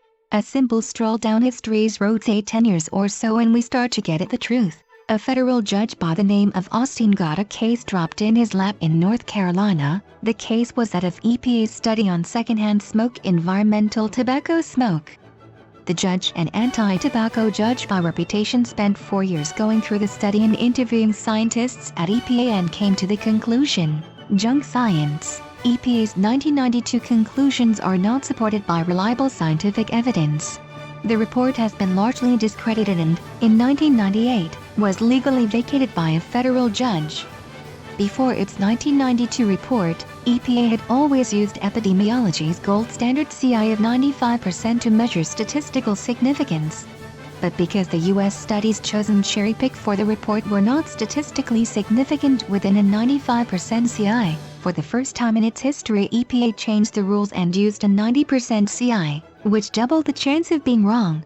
This allowed it to report a statistically significant 19% increase of 1.19 RR of lung cancer cases in the non-smoking spouses of smokers over those cases found in non-smoking spouses of non-smokers. Even though the RR was only 1.19, an amount far short of what is normally required to demonstrate correlation or causality, the agency concluded this was proof SHs increased the risk of U.S. non-smokers developing lung cancer by 19%. The EPA fought to have Austin's decision overturned on technical grounds, ignoring the multitude of facts in the decision. They succeeded in 2002 on the narrowest of technicalities. The Fourth Circuit Court of Appeals ruled that because the report was not an official policy document, Austin's court did not have jurisdiction. In their appeal, the EPA did not answer a single criticism in the 92-page report, nor challenge a single fact put forth by Judge Austin. Not one. Although the anti-smoker movement was already established, this report was used, and continues to be used, to bolster their claim that SHS is a killer. Link. So here we find that secondhand smoke was made a political scapegoat by EPA. Let's not forget how EPA has reworked the global warming studies just this last summer, where its top scientist's paper was rebuked because it didn't carry the EPA's stand that global warming was real. The political shenanigans surrounding SHS go deep, not only with the government and its health agencies but also to the big pharmaceutical companies and non-profit organizations also known as ACS, ALA, AHA and a myriad of others, all lobbying for smoking bans and their weapon of choice, propaganda paid for by big pharma and tax dollars. Studies made to order that secondhand smoke is deadly. Take a memory note here too. Over 250 studies on SHS have found it safe. Yet a simple look at the chemistry shows us that it's about 90% of secondary smoke is composed of water vapor and ordinary air with a minor amount of carbon dioxide. The volume of water vapor of secondhand smoke becomes even larger as it quickly disperses into the air, depending upon the humidity factors within a set location, indoors or outdoors. Exhaled smoke from a smoker will provide 20% more water vapor to the smoke as it exists in the smoker's mouth. 4% is carbon monoxide. 6% is those supposed 4,000 chemicals to be found in tobacco smoke. Unfortunately for the smoke-free advocates, these supposed chemicals are more theorized than actually found. What is found is so small to even call them threats to humans is beyond belief. Nanograms, picograms and femtograms. 1989 report of the Surgeon General, pages 80. Now, how odd that when we search the smoke-free activist sites, not one of them mentions that water vapor and air are the main components of secondhand smoke. Is this just a fluke or an outright omission to further their political health scare against the general public? The last informative tidbit I have for you is, what does OSHA have to say about all this secondhand smoke stuff? Here is where it gets interesting. It seems John Banzhaf, founder and president of Action on Smoking and Health, ASH, decided to sue OSHA to make a rule on SHS. It's not that OSHA didn't want to play ball with him, it's just that the scientific facts didn't back up the rule to start with. Now for a rule to happen, OSHA has to send out for comments for a period of time, and boy did the comments fly in. Over 40,000 of them. OSHA has what's called PLs and limits for an 8-hour period of exposure to chemicals in indoor environments. EPA is in charge of outdoor air. Some smoke-free groups have tried to use 30-minute air samples using EPA monitoring to create an airborne health scare. The actual standard to use is OSHA's. The EPA standard is to be used for outside ambient air quality, and it is the average over a period of 3 years. The proper standard to compare to is the OSHA standard for indoor air quality for respirable particulate, not otherwise specified, for nuisance dusts and smoke. That standard is 5,000 UGM3 on a time-weighted average, 8 hours a day, 5 days a week, and is intended to be protective of health over an average working life of 30 years. This is where secondhand smoke really becomes a joke. Remember, it's nearly 90% water vapor in air. Now let's get to the facts of toxicology and dose makes the poison. According to independent public and health policy research group, Littlewood and Fennell of Austin, Texas, on the subject of secondhand smoke. They did the figures for what it takes to meet all of OSHA's minimum PLs on SHS. Did it ever set the debate on fire? They concluded that all this is in a small sealed room 9x20 and must occur in 1 hour. For benzoate, pyrene, 222,000 cigarettes. For acetone, 118,000 cigarettes. Toluene would require 50,000 packs of simultaneously smoldering cigarettes. Acetaldehyde or hydrazine, more than 14,000 smokers would need to light up. For hydroquinone, only 1,250 cigarettes. For arsenic, 2,500,000 smokers at one time. The same number of cigarettes required for the other so-called chemicals in SHS will have the same outcomes. So, OSHA finally makes a statement on SHS. Field studies of environmental tobacco smoke indicate that under normal conditions, the components in tobacco smoke are diluted below existing permissible exposure levels, PELs. As referenced in the Air Contaminant Standard, 29 CFR 1910.1000. It would be very rare to find a workplace with so much smoking that any individual PL would be exceeded. Letter from Greg Watchman, Acting Secretary, OSHA, to Leroy J. Plutton, Ph.D., July 8, 1997. What? Diluted below permissible levels. By the way, ASH dropped their lawsuit because OSHA was going to make a rule, and that rule would have been weak and been the law of the land, meaning no smoking bans would ever have been enacted anywhere, simply because an open window or a ventilation system would have covered the rule. Let me also tell you that the relative risk for SHS by the SG report of 2006 was a 1.19. EPA study is what's used to call it a carcinogen. Milks is a 2.43, and that glass of chlorinated water you're about to drink is a 1.25. Yet these things aren't determined to be a carcinogen. The gold standard in epidemiology is a 3.0. Now, had the Surgeon General included 2 other SHS studies, the relative risk for disease from SHS would have been near a 60-0.70, meaning it would have a protective effect against ever getting disease. But what each of us has is years and years of exposure and the knowledge that our kids all grew up around SHS and generations of others. Yet we are here alive, not dead, from a lousy 30-minute exposure to SHS. As Stanton Glantz tries to claim, that's another story, and it's just as crazy as all the rest of smoke-free's claim about SHS. Oh, have you heard the one about third-hand smoke or third-hand drinking? Like I said, their claims border beyond that of any reasonable person's common sense. The next time you see a health scare claim, consider the source, especially if it comes from a government or non-profit agency. Sunday, 11th August 2013, 10:31 UTC. They have created a fear of nothing. By Harler Reiter, 1978. They have created a fear that is based on nothing. World-renowned pulmonologist, president of the prestigious research institute Necker for the last decade, Professor Felipe Even, now retired, tells us that he's convinced of the absence of harm from passive smoking. A shocking interview. What do the studies on passive smoking tell us? Felipe Even. There are about 100 studies on the issue. First surprise, 40% of them claim a total absence of harmful effects of passive smoking on health. The remaining 60% estimate that the cancer risk is multiplied by 0.02 for the most optimistic and by 0.15 for the more pessimistic, compared to a risk multiplied by 10 or 20 for active smoking. It is therefore negligible. Clearly, the harm is either non-existent, or it is extremely low.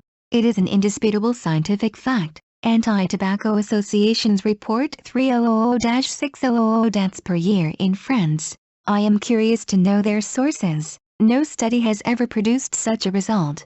Many experts argue that passive smoking is also responsible for cardiovascular disease and other asthma attacks. Not you. They don't base it on any solid scientific evidence. Take the case of cardiovascular diseases. The four main causes are obesity, high cholesterol, hypertension and diabetes. To determine whether passive smoking is an aggravating factor, there should be a study on people who have none of these four symptoms. But this was never done. Regarding chronic bronchitis, although the role of active smoking is undeniable, that of passive smoking is yet to be proven. For asthma, it is indeed a contributing factor, but not greater than pollen. The purpose of the ban on smoking in public places, however, was to protect non-smokers. It was thus based on nothing, absolutely nothing. The psychosis began with the publication of a report by the IARC, International Agency for Research on Cancer, which depends on the WHO. Editor's note: World Health Organization. The report released in 2002 says it is now proven that passive smoking carries serious health risks, but without showing the evidence. Where are the data? What was the methodology? It's everything but a scientific approach. It was creating fear that is not based on anything. Why would anti-tobacco organizations waive a threat that does not exist? The anti-smoking campaigns and higher cigarette prices having failed, they had to find a new way to lower the number of smokers. By waiving the threat of passive smoking, they found a tool that really works: social pressure.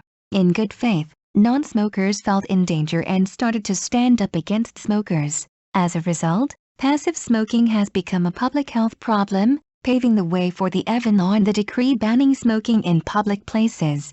The cause may be good, but I do not think it is good to legislate on a lie.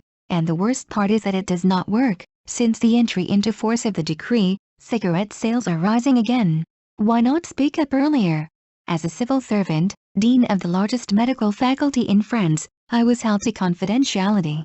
If I had deviated from official positions, I would have had to pay the consequences. Today, I am a free man. Le Parisien, Sunday 11th August 2013 10:32 UTC. Third-hand smoke fever. By Harlerider 1978. Third-hand smoke fever. Another example of prejudice and propaganda. Friday, February 12, 2010. Chris Snowden, author of Velvet Glove Iron Fist, A History of Anti-Smoking, explains the science behind the latest anti-smoking scaremongering.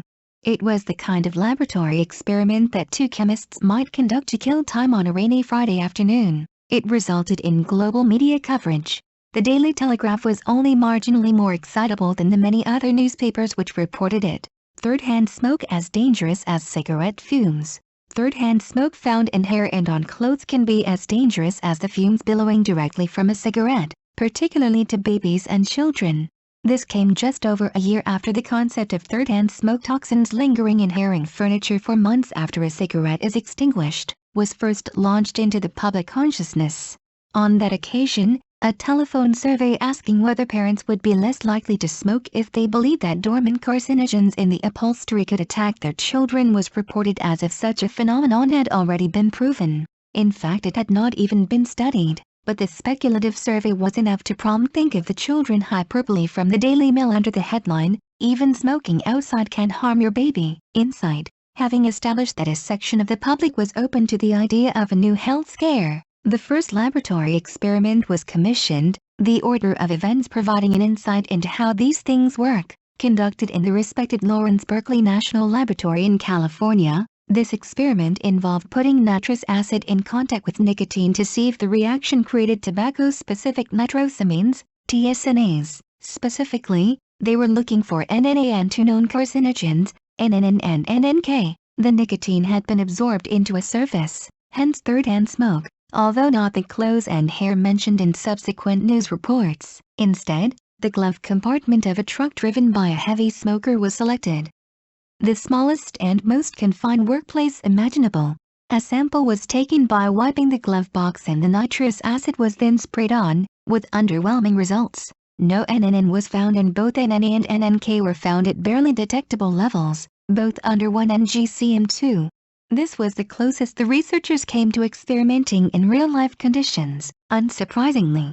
In a further experiment, The team collected a sample from the truck using cellulose substrates which absorbed twice as much nicotine and, unsurprisingly, yielded twice as many TSNAs, albeit still well below 5 ng-cm2. They then exposed some cellulose substrates to secondhand smoke, but the levels of TSNA produced were, as the authors reported, negligible. Finally, they gave up using cigarettes altogether and simply impregnated the cellulose substrates with pure nicotine vapor. This produced nicotine concentrations that were 15 times higher than were found in the truck, and when the nitrous acid was applied, the researchers were rewarded with a more newsworthy finding. Much higher levels of NNA were recorded, over 20 ng-cm2, and NNK also rose, albeit to a fairly feeble 3 ng-cm2. Taken as a whole, this was remarkably flimsy evidence upon which to hang the claim that stale tobacco in clothes and furniture was as dangerous as cigarette fumes.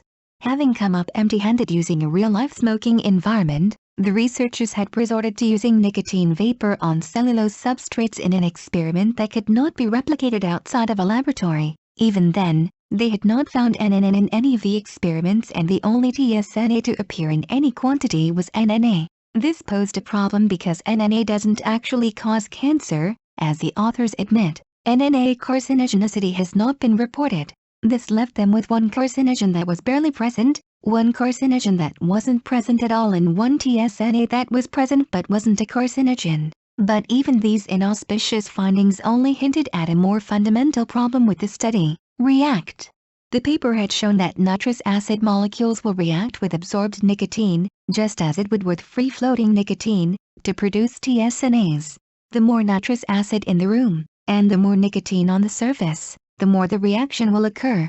But for the experiment to have any meaning beyond the walls of a Berkeley science lab, it needed to have some relevance to everyday life. People do not tend to spray their homes with nitrous acid. Was there, indeed, any reason for using nitrous acid at all, beyond the probability that it would create some nasty-sounding chemicals? Nitrous acid concentrations in the average Californian home are 4.6 parts per billion. The Berkeley researchers used concentrations of 65 parts per billion. They describe this dose as high but reasonable, a baffling description since it is 14 times higher than would be found in a normal domestic setting. Since they were already using 15 times more nicotine than would be found in a smoky truck cabin, any relevance the experiment had to real life had long since vanished. The concentrations were fantastically high when compared to the average home exposed. In any case, if your house or car is full of nitrous acid, then you have more to worry about than it reacting with absorbed nicotine. As the authors point out in the study, the main indoor sources of HONO nitrous acid are direct emissions from unvented combustion appliances, smoking, and surface conversion of NO2 and NO. NO2 and NO themselves are products of unregulated combustion.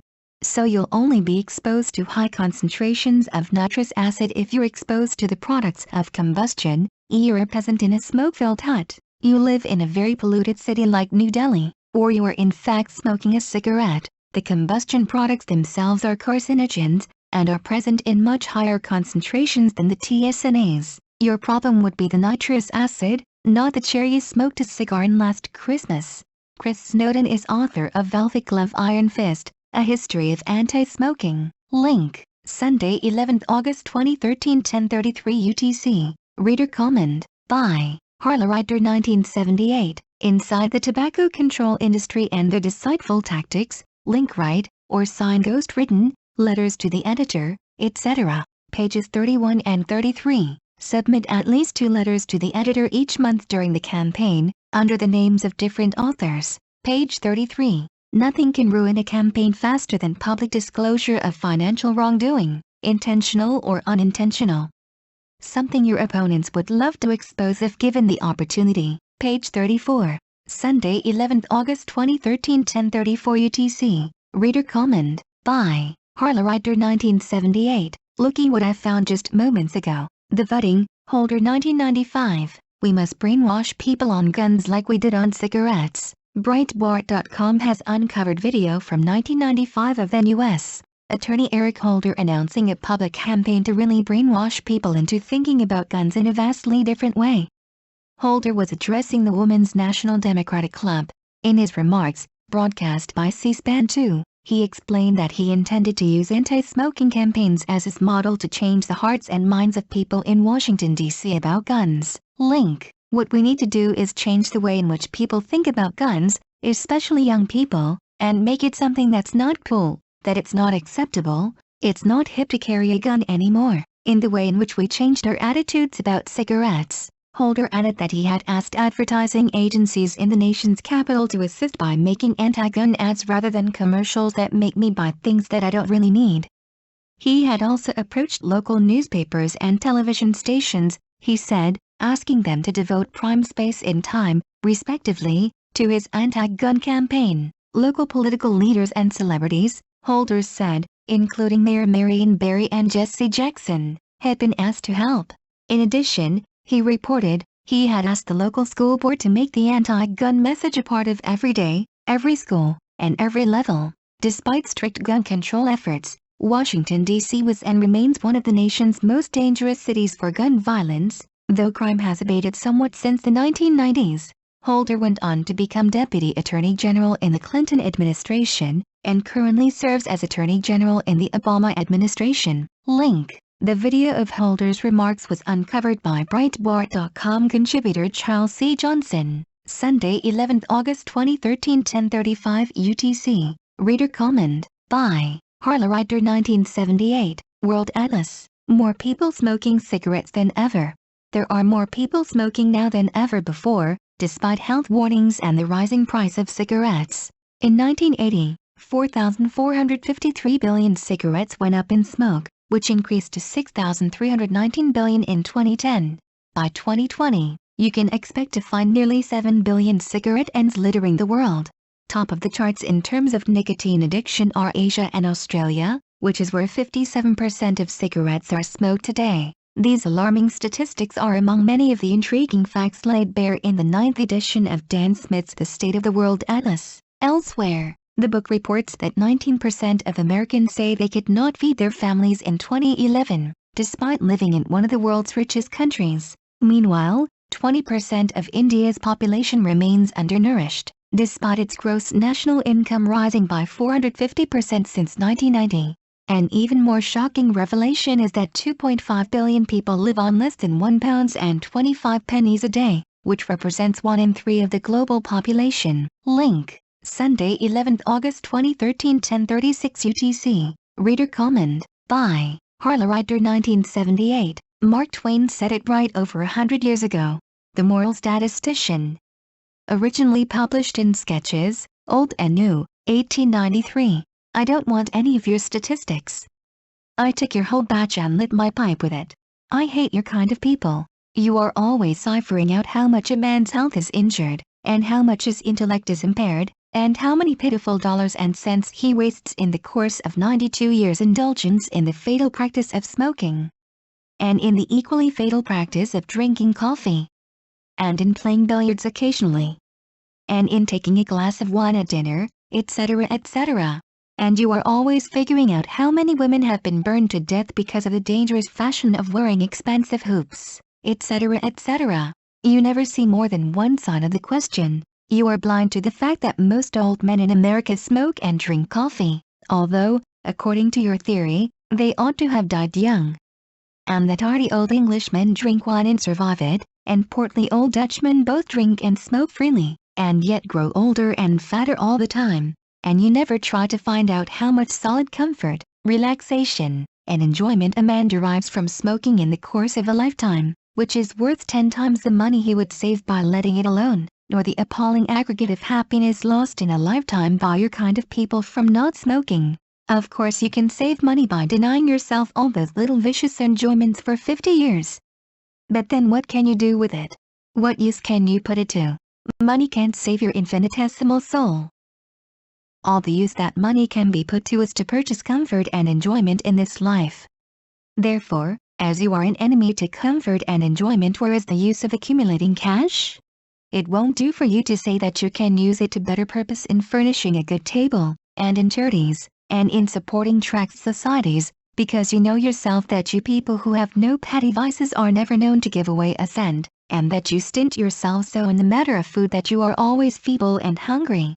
And you never dare to laugh in the daytime for fear some poor wretch, seeing you in a good humor, will try to borrow $1 of you. And in church you are always down on your knees, with your ears buried in the cushion, when the contribution box comes around. And you never give the revenue officers a full statement of your income. Now you know all these things yourself, don't you? Very well, then, what is the use of your stringing out your miserable lives to a lean and withered old age? What is the use of your saving money that is so utterly worthless to you? In a word, why don't you go off somewhere and die, and not be always trying to seduce people into becoming as ornery and unlovable as you are yourselves, by your villainous moral statistics? Also, Benjamin Franklin said, those who would give up essential liberty, to purchase a little temporary safety, deserve neither liberty nor safety. Sunday, 11th August 2013, 10:37 UTC. Reader comment, by Harlerider 1978, Holmberg, but smuggling a direct result of government profiteering from tobacco. Richmond, Virginia, WTVR, PSSST. Hey, buddy, you want to make some big, quick money? Thousands a day, cash money, state, federal, and, in some cases, city taxes have pushed the price of smoke so high in some areas, it is literally more profitable to hijack a truck filled with cigarettes than an armored car. The problem is worst in New York, which has the highest cigarette taxes in the land. In New York City, that tax is more than $5 a pack. Smugglers rush there from Virginia, which has the lowest state taxes on cigarettes, just 30 cents. Now, they're selling loose cigarettes, loosies, for 75 cents a piece on the black market. Even 10 years ago, well before bigger tax hikes, alcohol, tobacco and firearms officials were saying traditional organized crime is involved in New York's black market smokes. Along with terrorist groups and street gangs, numerous murders and shootings resulted. You know who profits the most off of tobacco, besides smugglers?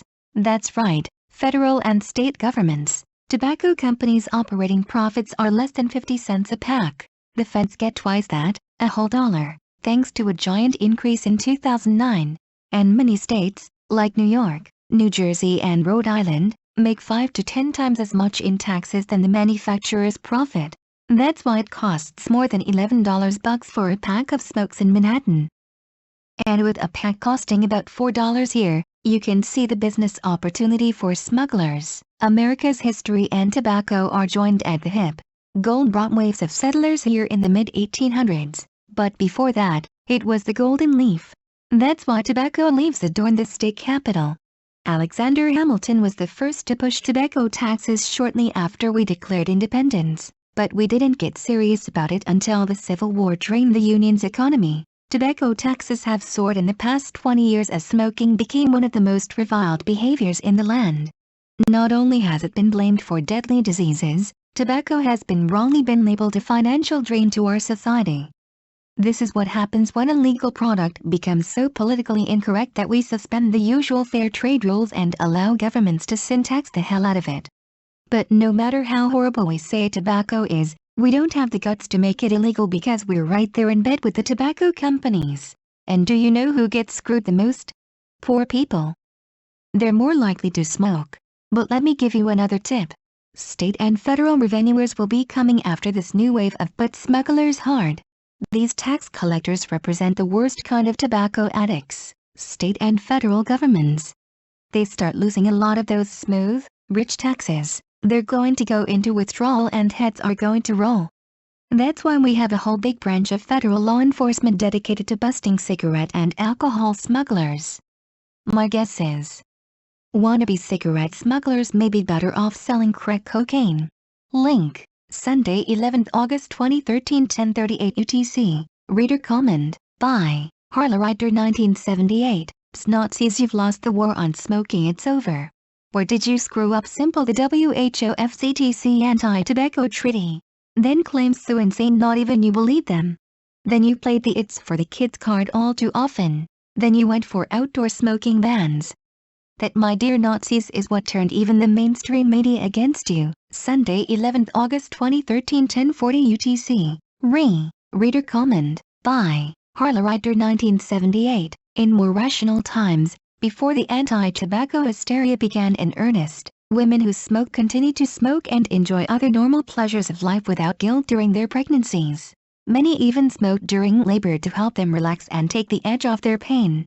If their doctors mentioned smoking at all, it would be to advise them to perhaps cut down if they were heavy smokers, something which most did intuitively because they didn't feel like smoking as much. But pity the poor Bolton smoker today who becomes pregnant, because she will be told that if she continues to smoke at all, or have any alcohol or caffeine, during her pregnancy, she is putting her developing fetus at high risk of death or disability. Nothing could be further from the truth. Though there is considerable evidence showing that on average the babies of women who smoke during pregnancy weigh on average a few ounces less than babies of women who do not smoke and that the rate of low birth weight babies is somewhat higher for smokers, there is no credible evidence for the hyperbolic claims that the babies of smokers have a higher morbidity and mortality rate. Quite the contrary, the babies of women who smoke during pregnancy have a better survival rate ounce for ounce, a somewhat lower rate of congenital defects, a lower rate of Down syndrome, a lower rate of infant respiratory distress syndrome and a somewhat lower rate of childhood cancer than do the babies of non-smokers. Dr. Richard Ilney, a leading obstetrical researcher who studied more than 58,000 pregnancies, states unequivocally, pregnant women who smoke, we recently found no significant association between maternal smoking and either stillbirths or neonatal deaths when information about the underlying disorders, obtained from placental examinations, was incorporated into the analyses. Similar analyses found no correlation between maternal smoking and preterm birth. The most frequent initiating causes of preterm birth, stillbirth, and neonatal death are acute choriomyositis, disorders that produce chronic low blood flow from the uterus to the placenta, and major congenital malformations. There is no credible evidence that cigarette smoking has a role in the genesis of any of these disorders. Sunday, 11 August 2013, 10:41 UTC. Reader comment, by Harlerider 1978, Freedom is preserved, let the repeals begin. Sunday, 11 August 2013, 10:43 UTC. Ready for a conspiracy theory? By Edve, it has long been my contention that the Gov is releasing mind control agents into the atmosphere, via chemtrails, Mickey D napkins, which smell suspiciously like phencyclidine animal tranquilizer, or other means. In the interim, they have discovered that smokers develop an immunity to their drug, thus, the strong anti-smoking campaign. Tuesday, 27 August 2013, 13:01 UTC. Reader comment, by Alessia. There is an even simpler way to look at this, it. Smoking helps to clear the lungs through the action of coughing. It's a natural mechanism, when the concentration of particles in the air exceeds certain limit. Remember those coughs when sitting close to the bonfire and inhaling smoke? Those hacking coughs, Scott mentioned, are due to harmful chemical in the commercial cigarettes or really high concentrations of particles in the air. Probably both. Have anyone asked the question, why smokers who smoke for a long time suffer from chronic bronchitis? I see it as the body's attempt to clear the lungs anyway, but it's not as effective and natural as simple coughing, hence chronic bronchitis. I'm a living proof that smoking does helps tremendously to protect from lung cancer, maybe even other cancers. Before Chernobyl accident, during, and after it, while living in close proximity to the Chernobyl nuclear plant, I didn't do anything in particular to protect myself from the effects of radiation, I simply didn't know how, but I smoked. In addition to that, I was always watching what I eat and drink, trying to choose foods that were less contaminated. My diet was low in sugar, carbohydrates in general and no milk or milk products, because of natural sensitivity to those products. It is known that most long-term harm comes not from the direct radiation, if one survives that, but from the particles that get lodged into the body and continue to irradiate it from inside. And this happens when a person is inhaling contaminated air or eating contaminated food or drinking contaminated water. Smoking and choosing good diet, and using protocols that chelate radioactive particles and remove them from the body, among other things, is the way to go, it. And, by the way, all of my friends who still live there and are cancer-free, all smoke. And it may be even that smoking offers a protection against other cancers as well. 2 examples, my mother-in-law, who wasn't a smoker, died from lymphatic cancer 5 years after the accident, and my mother, who was a smoker previously, but was on a break from smoking at the time of the accident, was diagnosed and treated for thyroid cancer, and recovered. Interestingly, she resumed smoking at the time she was said to have cancer. Tuesday 27 August 2013 14:29 UTC. Okay, bye. Skrikov, if I understood good, to keep living on this shitty planet and survive, I have to smoke cigarettes. Human lungs is not natural to me. I smoked once and I cannot accept any scientific argument that will suggest me to start smoking again. Sunlight through RNA is modulating information how human cells will develop. Light is life. Sound familiar? Everything else, food, water, air, cigs are just various catalysts. Excuses for smoking seems to me like cover for today's fuck-ed civilization, and it may be some cure for diseases, but, hey, why we don't remove that causes for diseases and stop paying government cigarettes taxes? Pushing smoking, eating meat from killed animals and waiting for divine justice in shape of cosmic rock will solve nothing, and civilization will make no progress by my opinion. SOTT is good site, but favorizing smoking is absolutely irresponsible. Sometimes I even became a bit suspicious of good intention of the site. Anyway, who wants a really good smoke? It has opportunity to visit Syria. But hurry. Tuesday 27 August 2013 17:24 UTC. Okay, bye. Skrikov, I forgot. Denial. Nazi Germany sees through legislative citizens as state property. I know how does it sound, but it is true. Therefore, anyone who is smoking, it is automatically damaging property of state.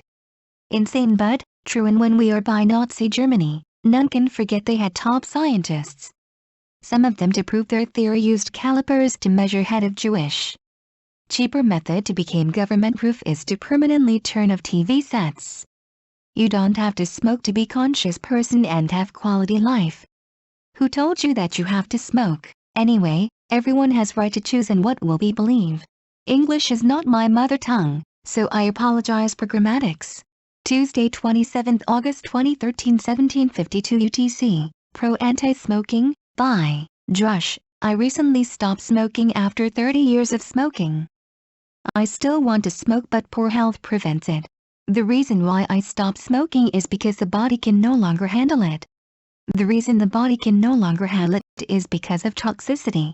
The reason for toxicity is because of malnutrition. Basically, if the body has a full complement of nutrients, it can detoxify efficiently over an indefinite period of time. Unfortunately, we live on a farm, and as part of the herd we only get access to nutrient-depleted foodstuff, and the situation is now only getting worse. Glyphosate is key. High zinc, high iron, low copper, low magnesium. Throws the body out of whack, resulting in mineral derangement.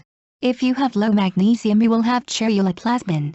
If your copper-zinc balance is off, you will have ineffective CuZNSO, low neutrophils, ineffective metallocene, adrenal suffer, thyroid suffers, liver, pancreas, gallbladder suffers, more biounavailable copper accumulates, and what the body needs is bioavailable copper. The oxidized biounavailable copper then causes ongoing oxidation stress throughout the body. Oxidized iron overload and accumulation. This alone leads to all manner of infection and disease. Cancer, fungus and bacteria thrives in an iron-rich environment. If you use aluminum deodorizers, have mercury fillings, vaccinate regularly, then this causes even more oxidative stress, and with lack of useful copper and copper-zinc complexes, you end up in a downward spiral in which so-called medical professionals have no frame of reference and rely on buzzwords such as hereditary disease or genetic or idiopathic, which is code for I don't have a clue. Copper deficiency is central to the demise of general well-being in the West. Of all the essential trace minerals, Q has the most far-reaching health implications and has been intentionally maligned and misunderstood by pharma-controlled healthcare. I intend to grow my own tobacco sometime later this year. Fear also increases the incidence of disease, and instilling fear is what the organized parasites do best. Friday 6 February 2015 13:19 UTC. Correction, by Josh, should read.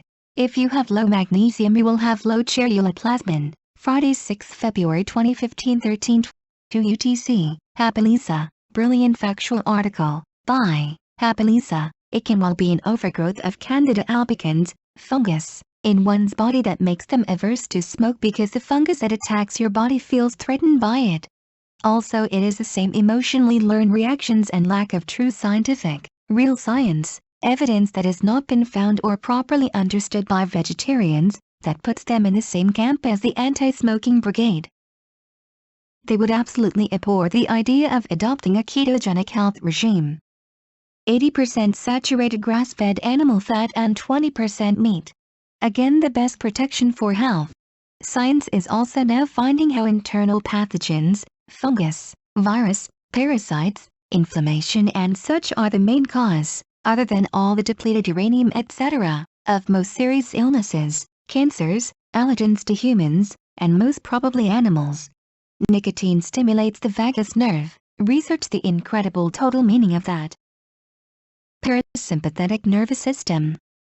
Nicotine staves off Alzheimer's and Parkinson's disease. Nicotine can increase brain function speed cognition by up to 40%. It can also help protect against plagues and off-planet viruses. Research why even Eton School made all their boys smoke during that time.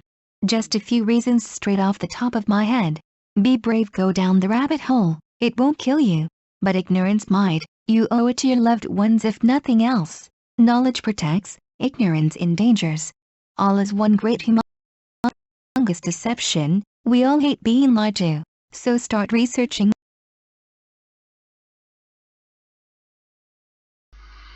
Yeah, I wanted to add vegetarians are healthier than meat eaters or liver eaters, because the humans are originally herbivorous, so plant eaters, and there are some other reasons also. And there are many meat eaters. Most people are meat eaters, so also the meat eater industry takes 16 kilograms of grain to produce 1 kilogram of cancer hormone cow meat. Make money from keeping everybody as meat eaters, basically, from turning people into meat eaters instead of vegetarians. And so that's why there's a lot of misleading information about this. And often the normalcy bias and wishful thinking and money, of course, selling products, tend to give a bias and make people write things that are not true, or blatant and obvious lies even, because most people would not buy their lie, but some people would, and then they make money.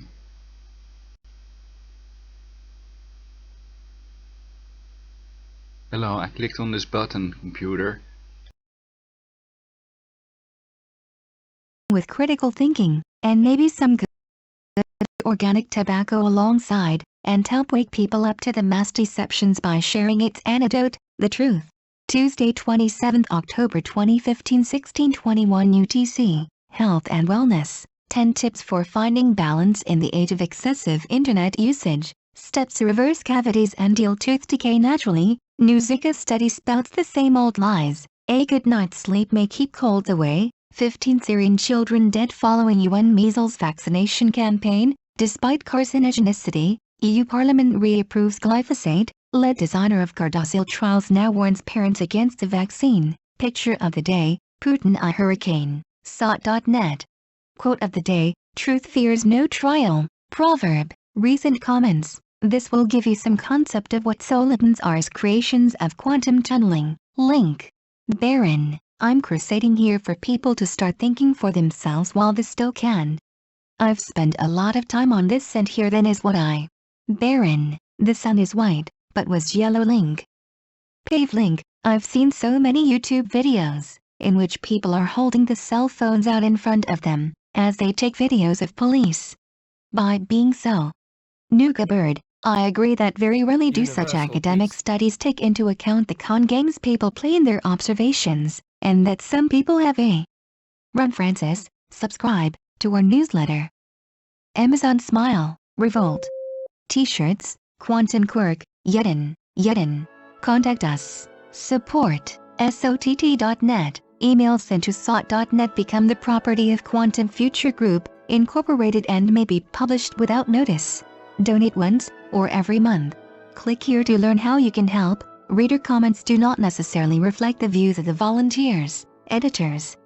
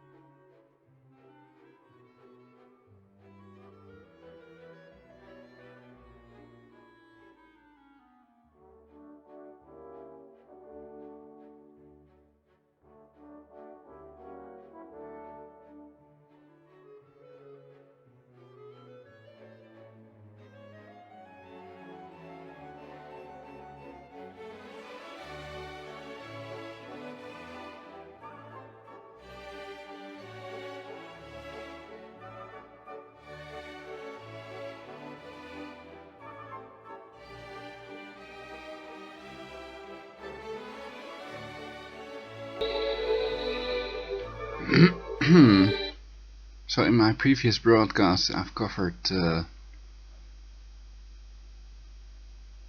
Illuminati blood oath murders for money and fame, and the extreme Jesuit oath, and that's all in one broadcast. The Luciferian oath, so these Freemasons have taken a Luciferian oath, and that's about depopulating the earth basically. In their fraternity, and there are 6 prominent Jewish people that call for depopulating the earth. It's all covered in my previous broadcasts, with the book quotes that make clear that it's not a conspiracy theory but a conspiracy fact.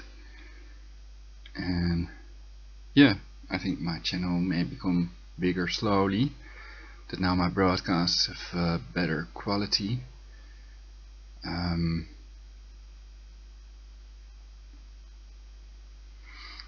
So there are people that claim that Bill Gates was also, or is, Bill Gates is a Jew, a Jewish person, a crypto Jew, and his whole Microsoft team of 1978 was Jewish.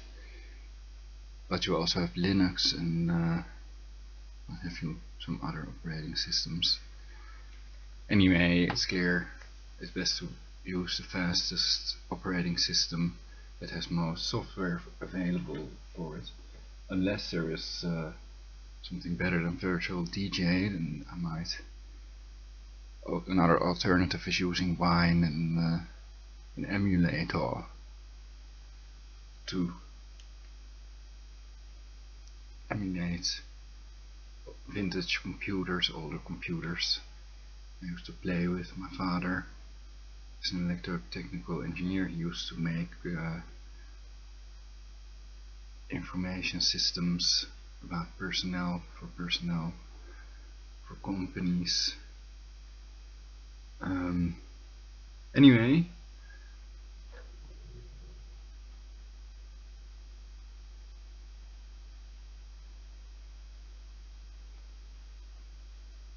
I think lately the Haarp attacks have changed more into inducing cancer in several body parts, and then if I say where they are attacking me, then they move to the next body part.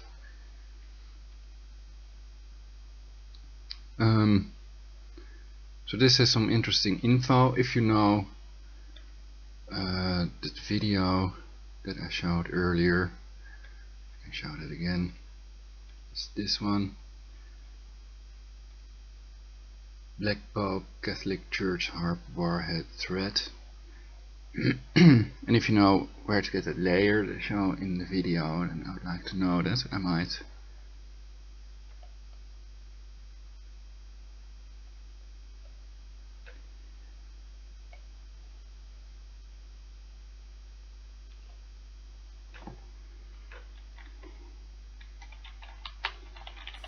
what layer?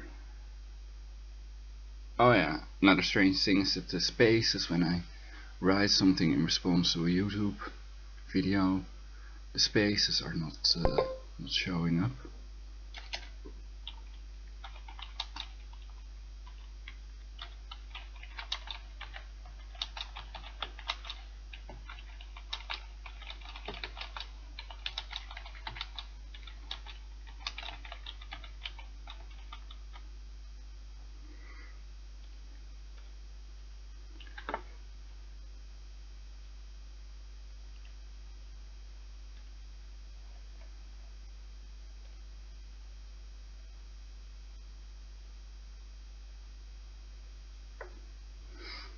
Okay.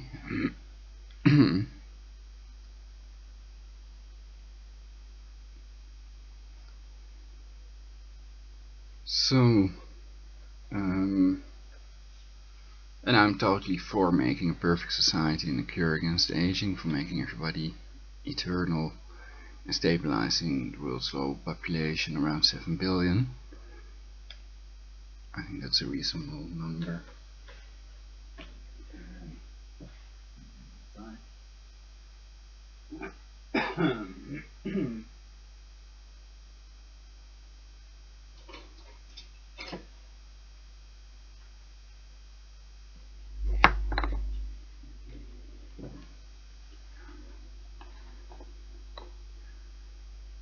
In the meantime, I've taken some yogurt and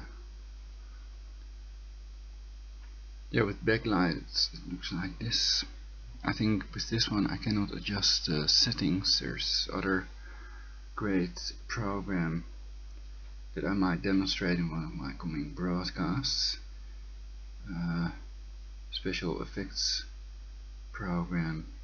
And then you can make your own face mask, for example, use a picture of Obama's face and then it will be projected on your face. And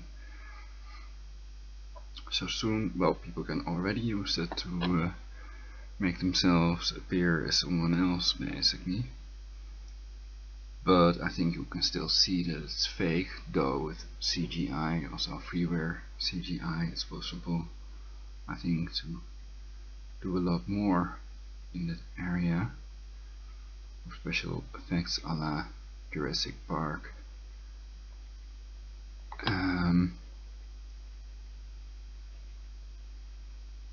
Oh yeah, so the attacks have been taking place on my penis, on my legs, and also on my throat, basically. And to the Satans of the NSA it also means something, so it's usually if you've said something about the people that control it, or about Haarp or something else they don't like being exposed to what they really are. And I think that's behind it, and that people without a Tesla plasma shield cannot protect themselves. You can shield yourselves against microwaves, against your cell phone radiation with aluminium foil, and easily test it yourself with the HF radiation meter, not to believe what people on Wikipedia write, etc. that may want to stay in control of your brainwaves so you can control it yourselves, of course, it's logical. But yeah, synthetic telepathy is real and people still try to ridicule the truth because the brain controls. No, so it's often hard to convince these people of the truth. And sometimes even when you show them the truth of the brain controls, they will still disbelieve you or pretend that they disbelieve you. It's part of their tyranny, and lying is also part of their tyranny to depopulate the earth and making bad weather and making everybody feel bad and angry or sad, etc. It can all be part of the suicide programming, no talk programming, etc. Including changing of the number of viewers, so in reality I might have millions of viewers and the YouTube counter is at 1 or 2 views, basically. It's all possible. So I don't trust the YouTube counter, and that's why I don't help with the liking and disliking of videos. I would only add or subtract 1 like or dislike, basically. So it wouldn't mean a lot. Of course, everybody together liking and disliking stuff is I do look at it sometimes, and I think usually, but it's based on nothing, that usually they're not manipulating these numbers. And I've tested it and I can easily like my own video. So it has 1 like. The previous one does at least.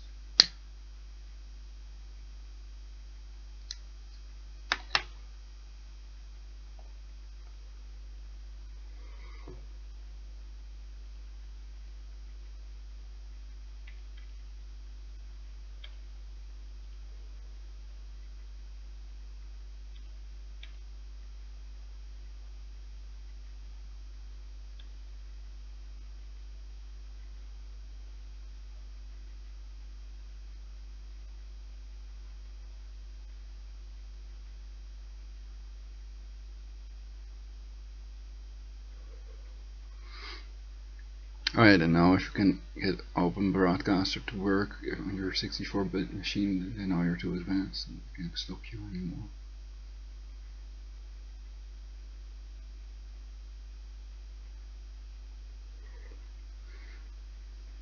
I think it's explained in my previous broadcast also, but it's quite easy. You can also use Google.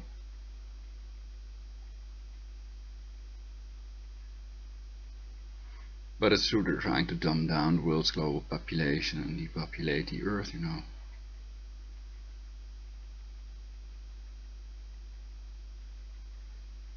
So to make ourselves eternal, we have to educate and expose the things, illegal activities going on in the world.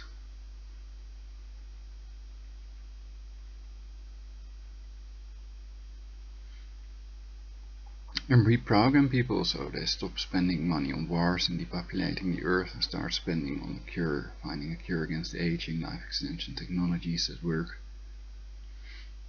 And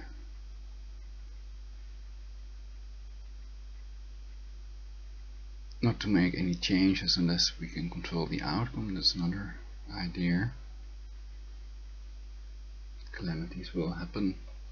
Theoretically they might not happen anymore thanks to Haarp. But what if they're doing the opposite of what they're supposed to do with Haarp? Instead of protecting and serving the taxpayers, they're depopulating them, doing dental torture and oh yeah, the other thing is possibly putting me in a vegetative state, muscle weakness, causing muscle weakness. That's what they've been doing lately, so that feels horrible.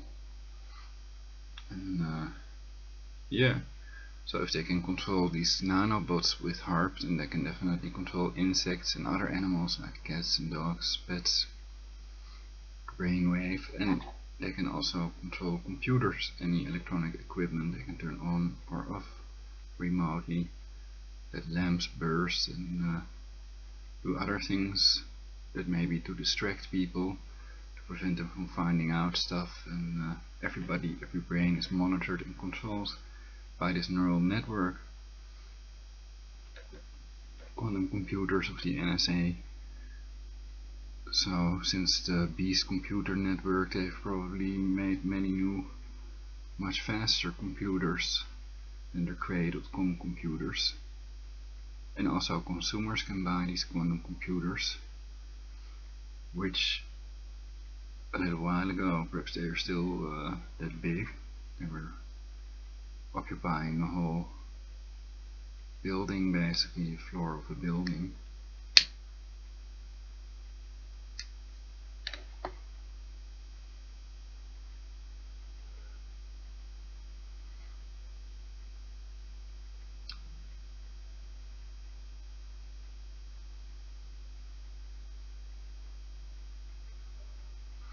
So perhaps you could argue that black projects are unconstitutional and illegal, that the taxpayers should know what their money is spent on, basically, and they have the right to know, like GMO labeling, they have the right to know what they're eating, basically. And 37 people died of GMO, which they try to cover up by making these deliberate honeybee deaths to cover up that people have died of GMO food as a sterilizing weapon. And the more they have eaten of it, and the more killer vaccine mercury they have, the less brains they have, like Homer Simpson basically. They first have to eat coriander and other stuff to grow back their brain cells, become smart. Take colloidal gold, for example, to increase their IQ. But more about all this also in my previous broadcast. I think this is it for now.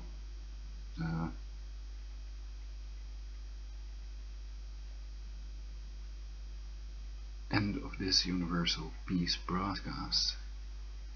And of course, if we're lucky, I will make another Universal Peace broadcast. I've come a long way since my first World Peace radio broadcast and podcasts. So I like that it's finally getting to look more professional. And yeah, of course I could change the lighting, make myself look a bit better, or make myself look visible. Make myself visible on air.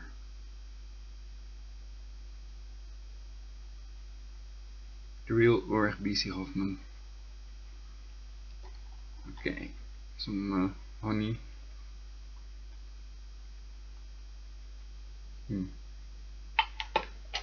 I have to get new tea.